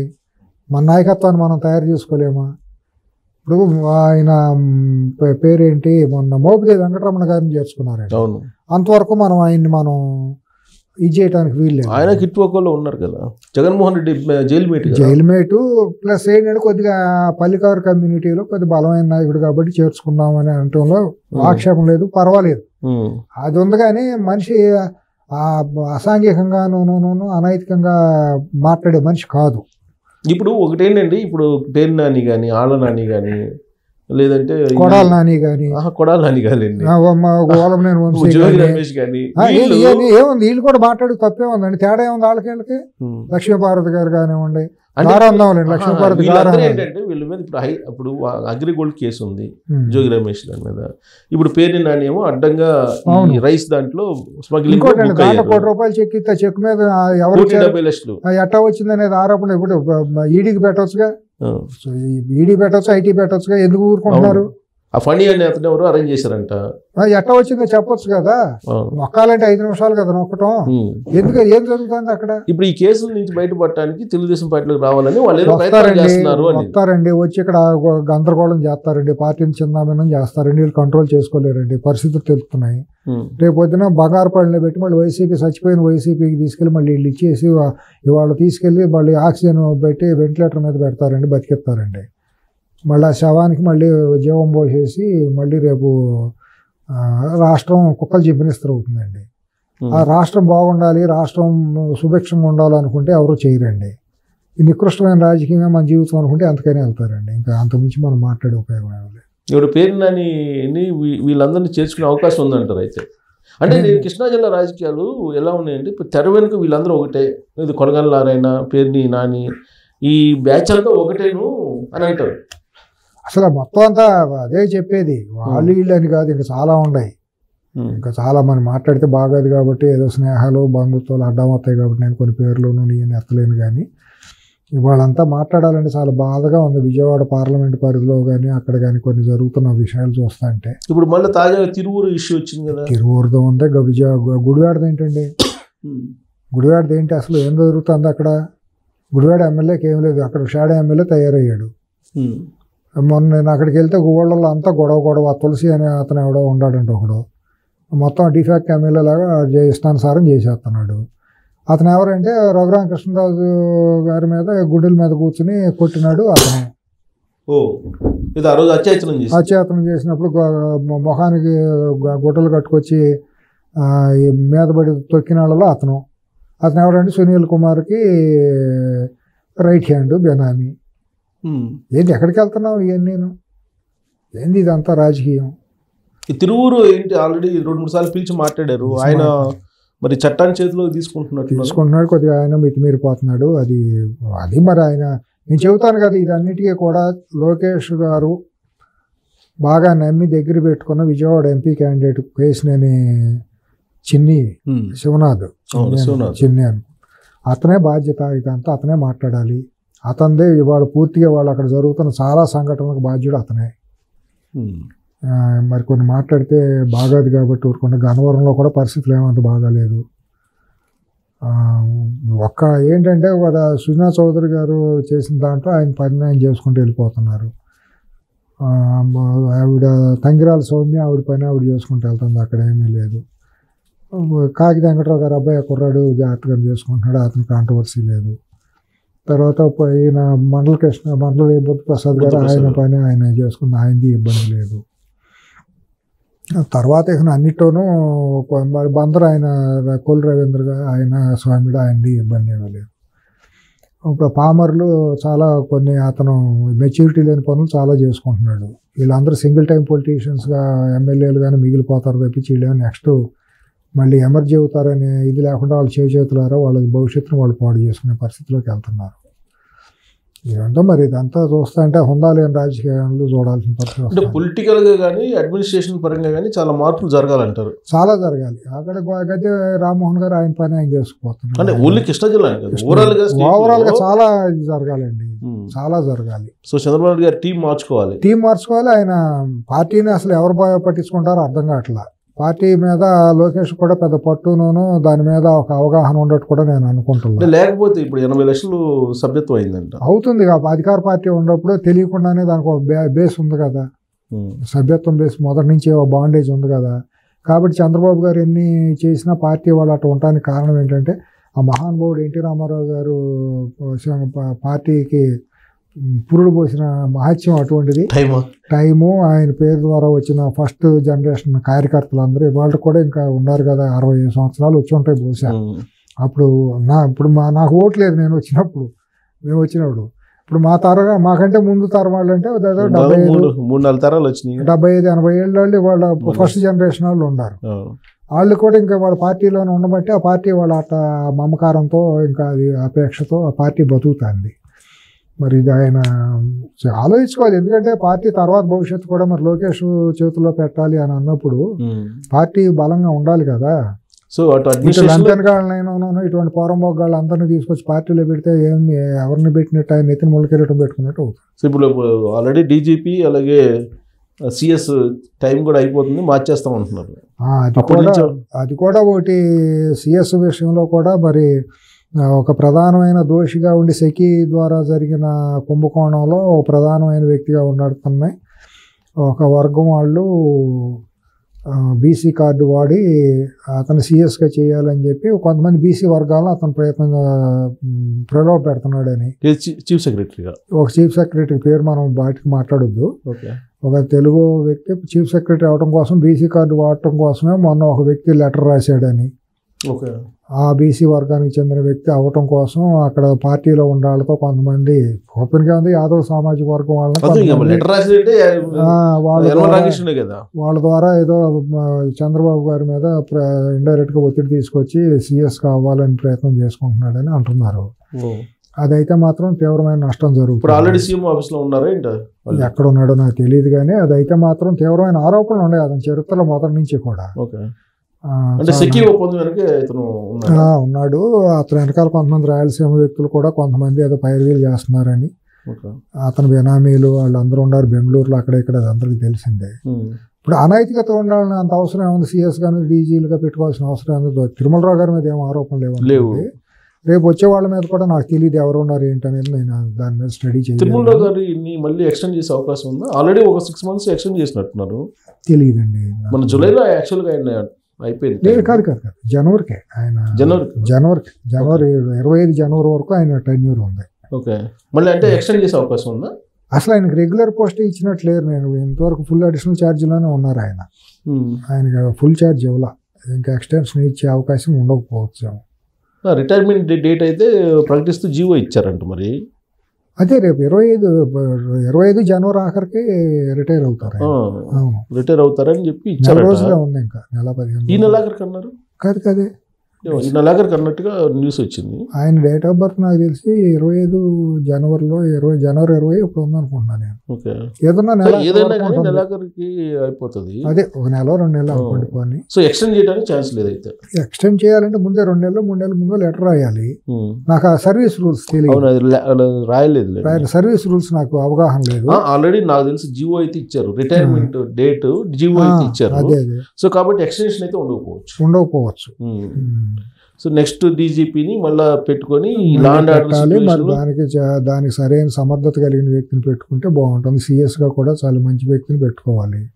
పలు ఆరోపణలు, పలు అవినీతి ఆరోపణలు ఉన్నాయి. అంత మునుపు కూడా ఈ మన డేటా చౌరింగ్ అప్పుడు కూడా వైసీపీకి సహకరించిన వ్యక్తి అనేది కూడా ఆరోపణలు ఉన్నాయి. 2019 డేటా చౌర్యం జరిగి కేసు జరిగింది, అతని హస్తంతోనే జరిగింది అనేది ఉంది. పలు ఆరోపణలు ఉన్నాయి, 1-2 కాదు. అతను నిజంగా అతని మీద సిబిఐ ఎంక్వైరీ చాలా బయటకు వస్తాయి, ఆధారాలు కూడా చెప్పవచ్చు.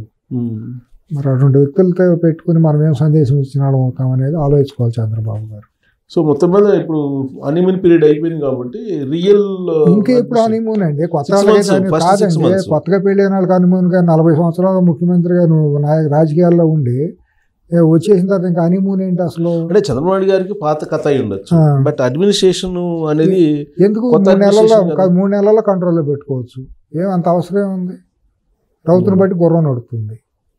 అంత కొత్త ఏమవుతుందండి? మనం చేసే చేతల్లో ఉంటుందండి సిఎస్ గారు. ఆయన కొత్త కాదు, విషయం కొత్త కాదు. మరి ఏం జరుగుతుంది ఏంటో, మరి వాళ్ళ ఆలోచనలు ఏంటో.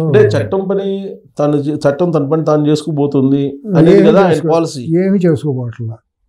అది చేసుకుంటే గొడవ ఉంది అసలు. చట్టం తన పని తాను చేసుకోవాలంటే చట్టాన్ని కరెక్ట్గా పెట్టాలిగా.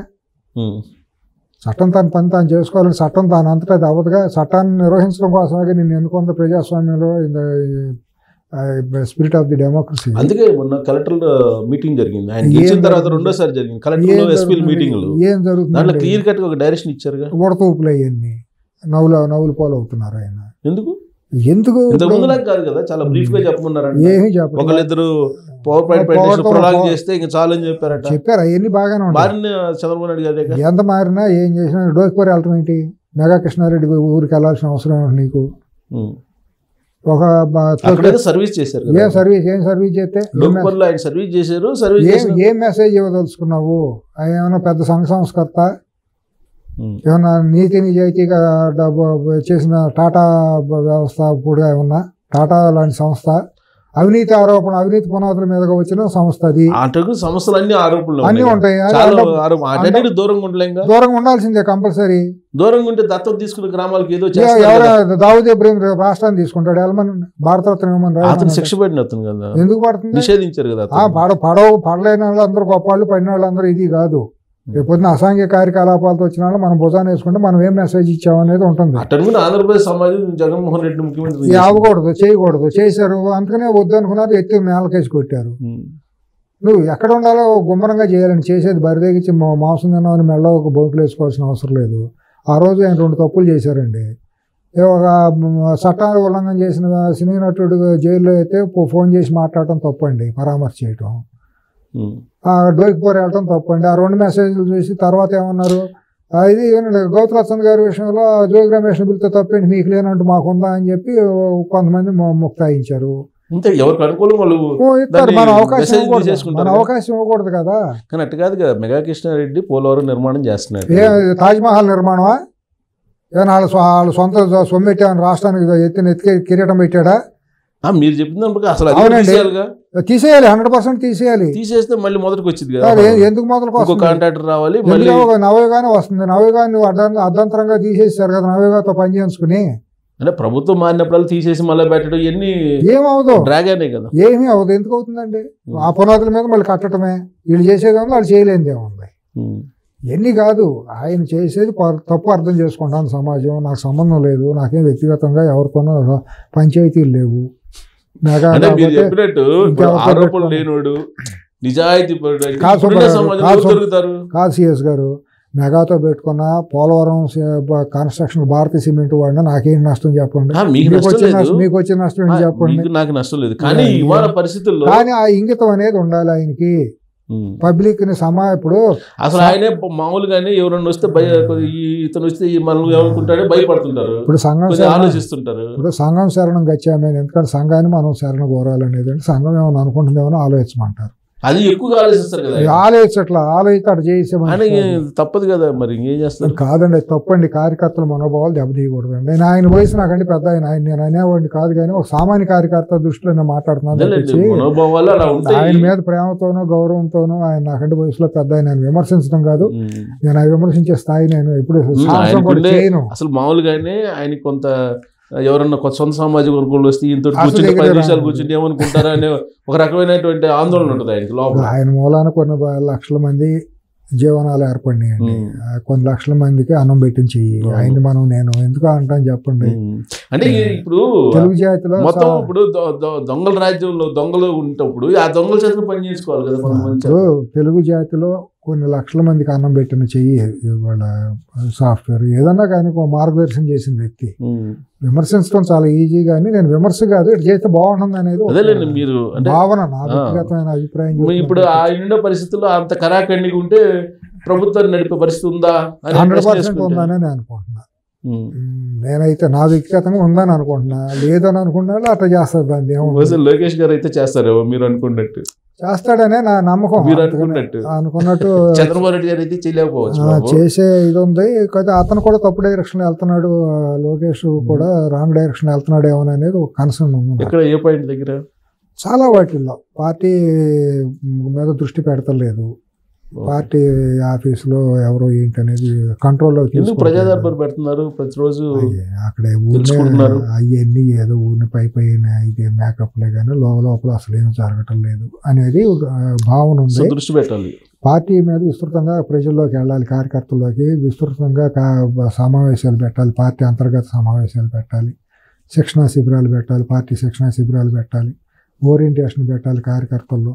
ఈ సభ్యత్వం అయిపోతే పెడతారు, చూద్దాం. పెడితే కొంతమంది మినిస్టర్ని కూడా మార్చే అవకాశం ఉంది కేబినెట్ అని అంటున్నారు. మరి జనవరి తర్వాత కేబినెట్ ఎక్కడ పనిచేస్తాను, ఊనే నామకే వస్తే రాజ్యాంగ పరం ఉండాలి కాబట్టి ఉన్నారు. కానీ ఎవరికి ప్రక్షాళన చేయాలంటారా?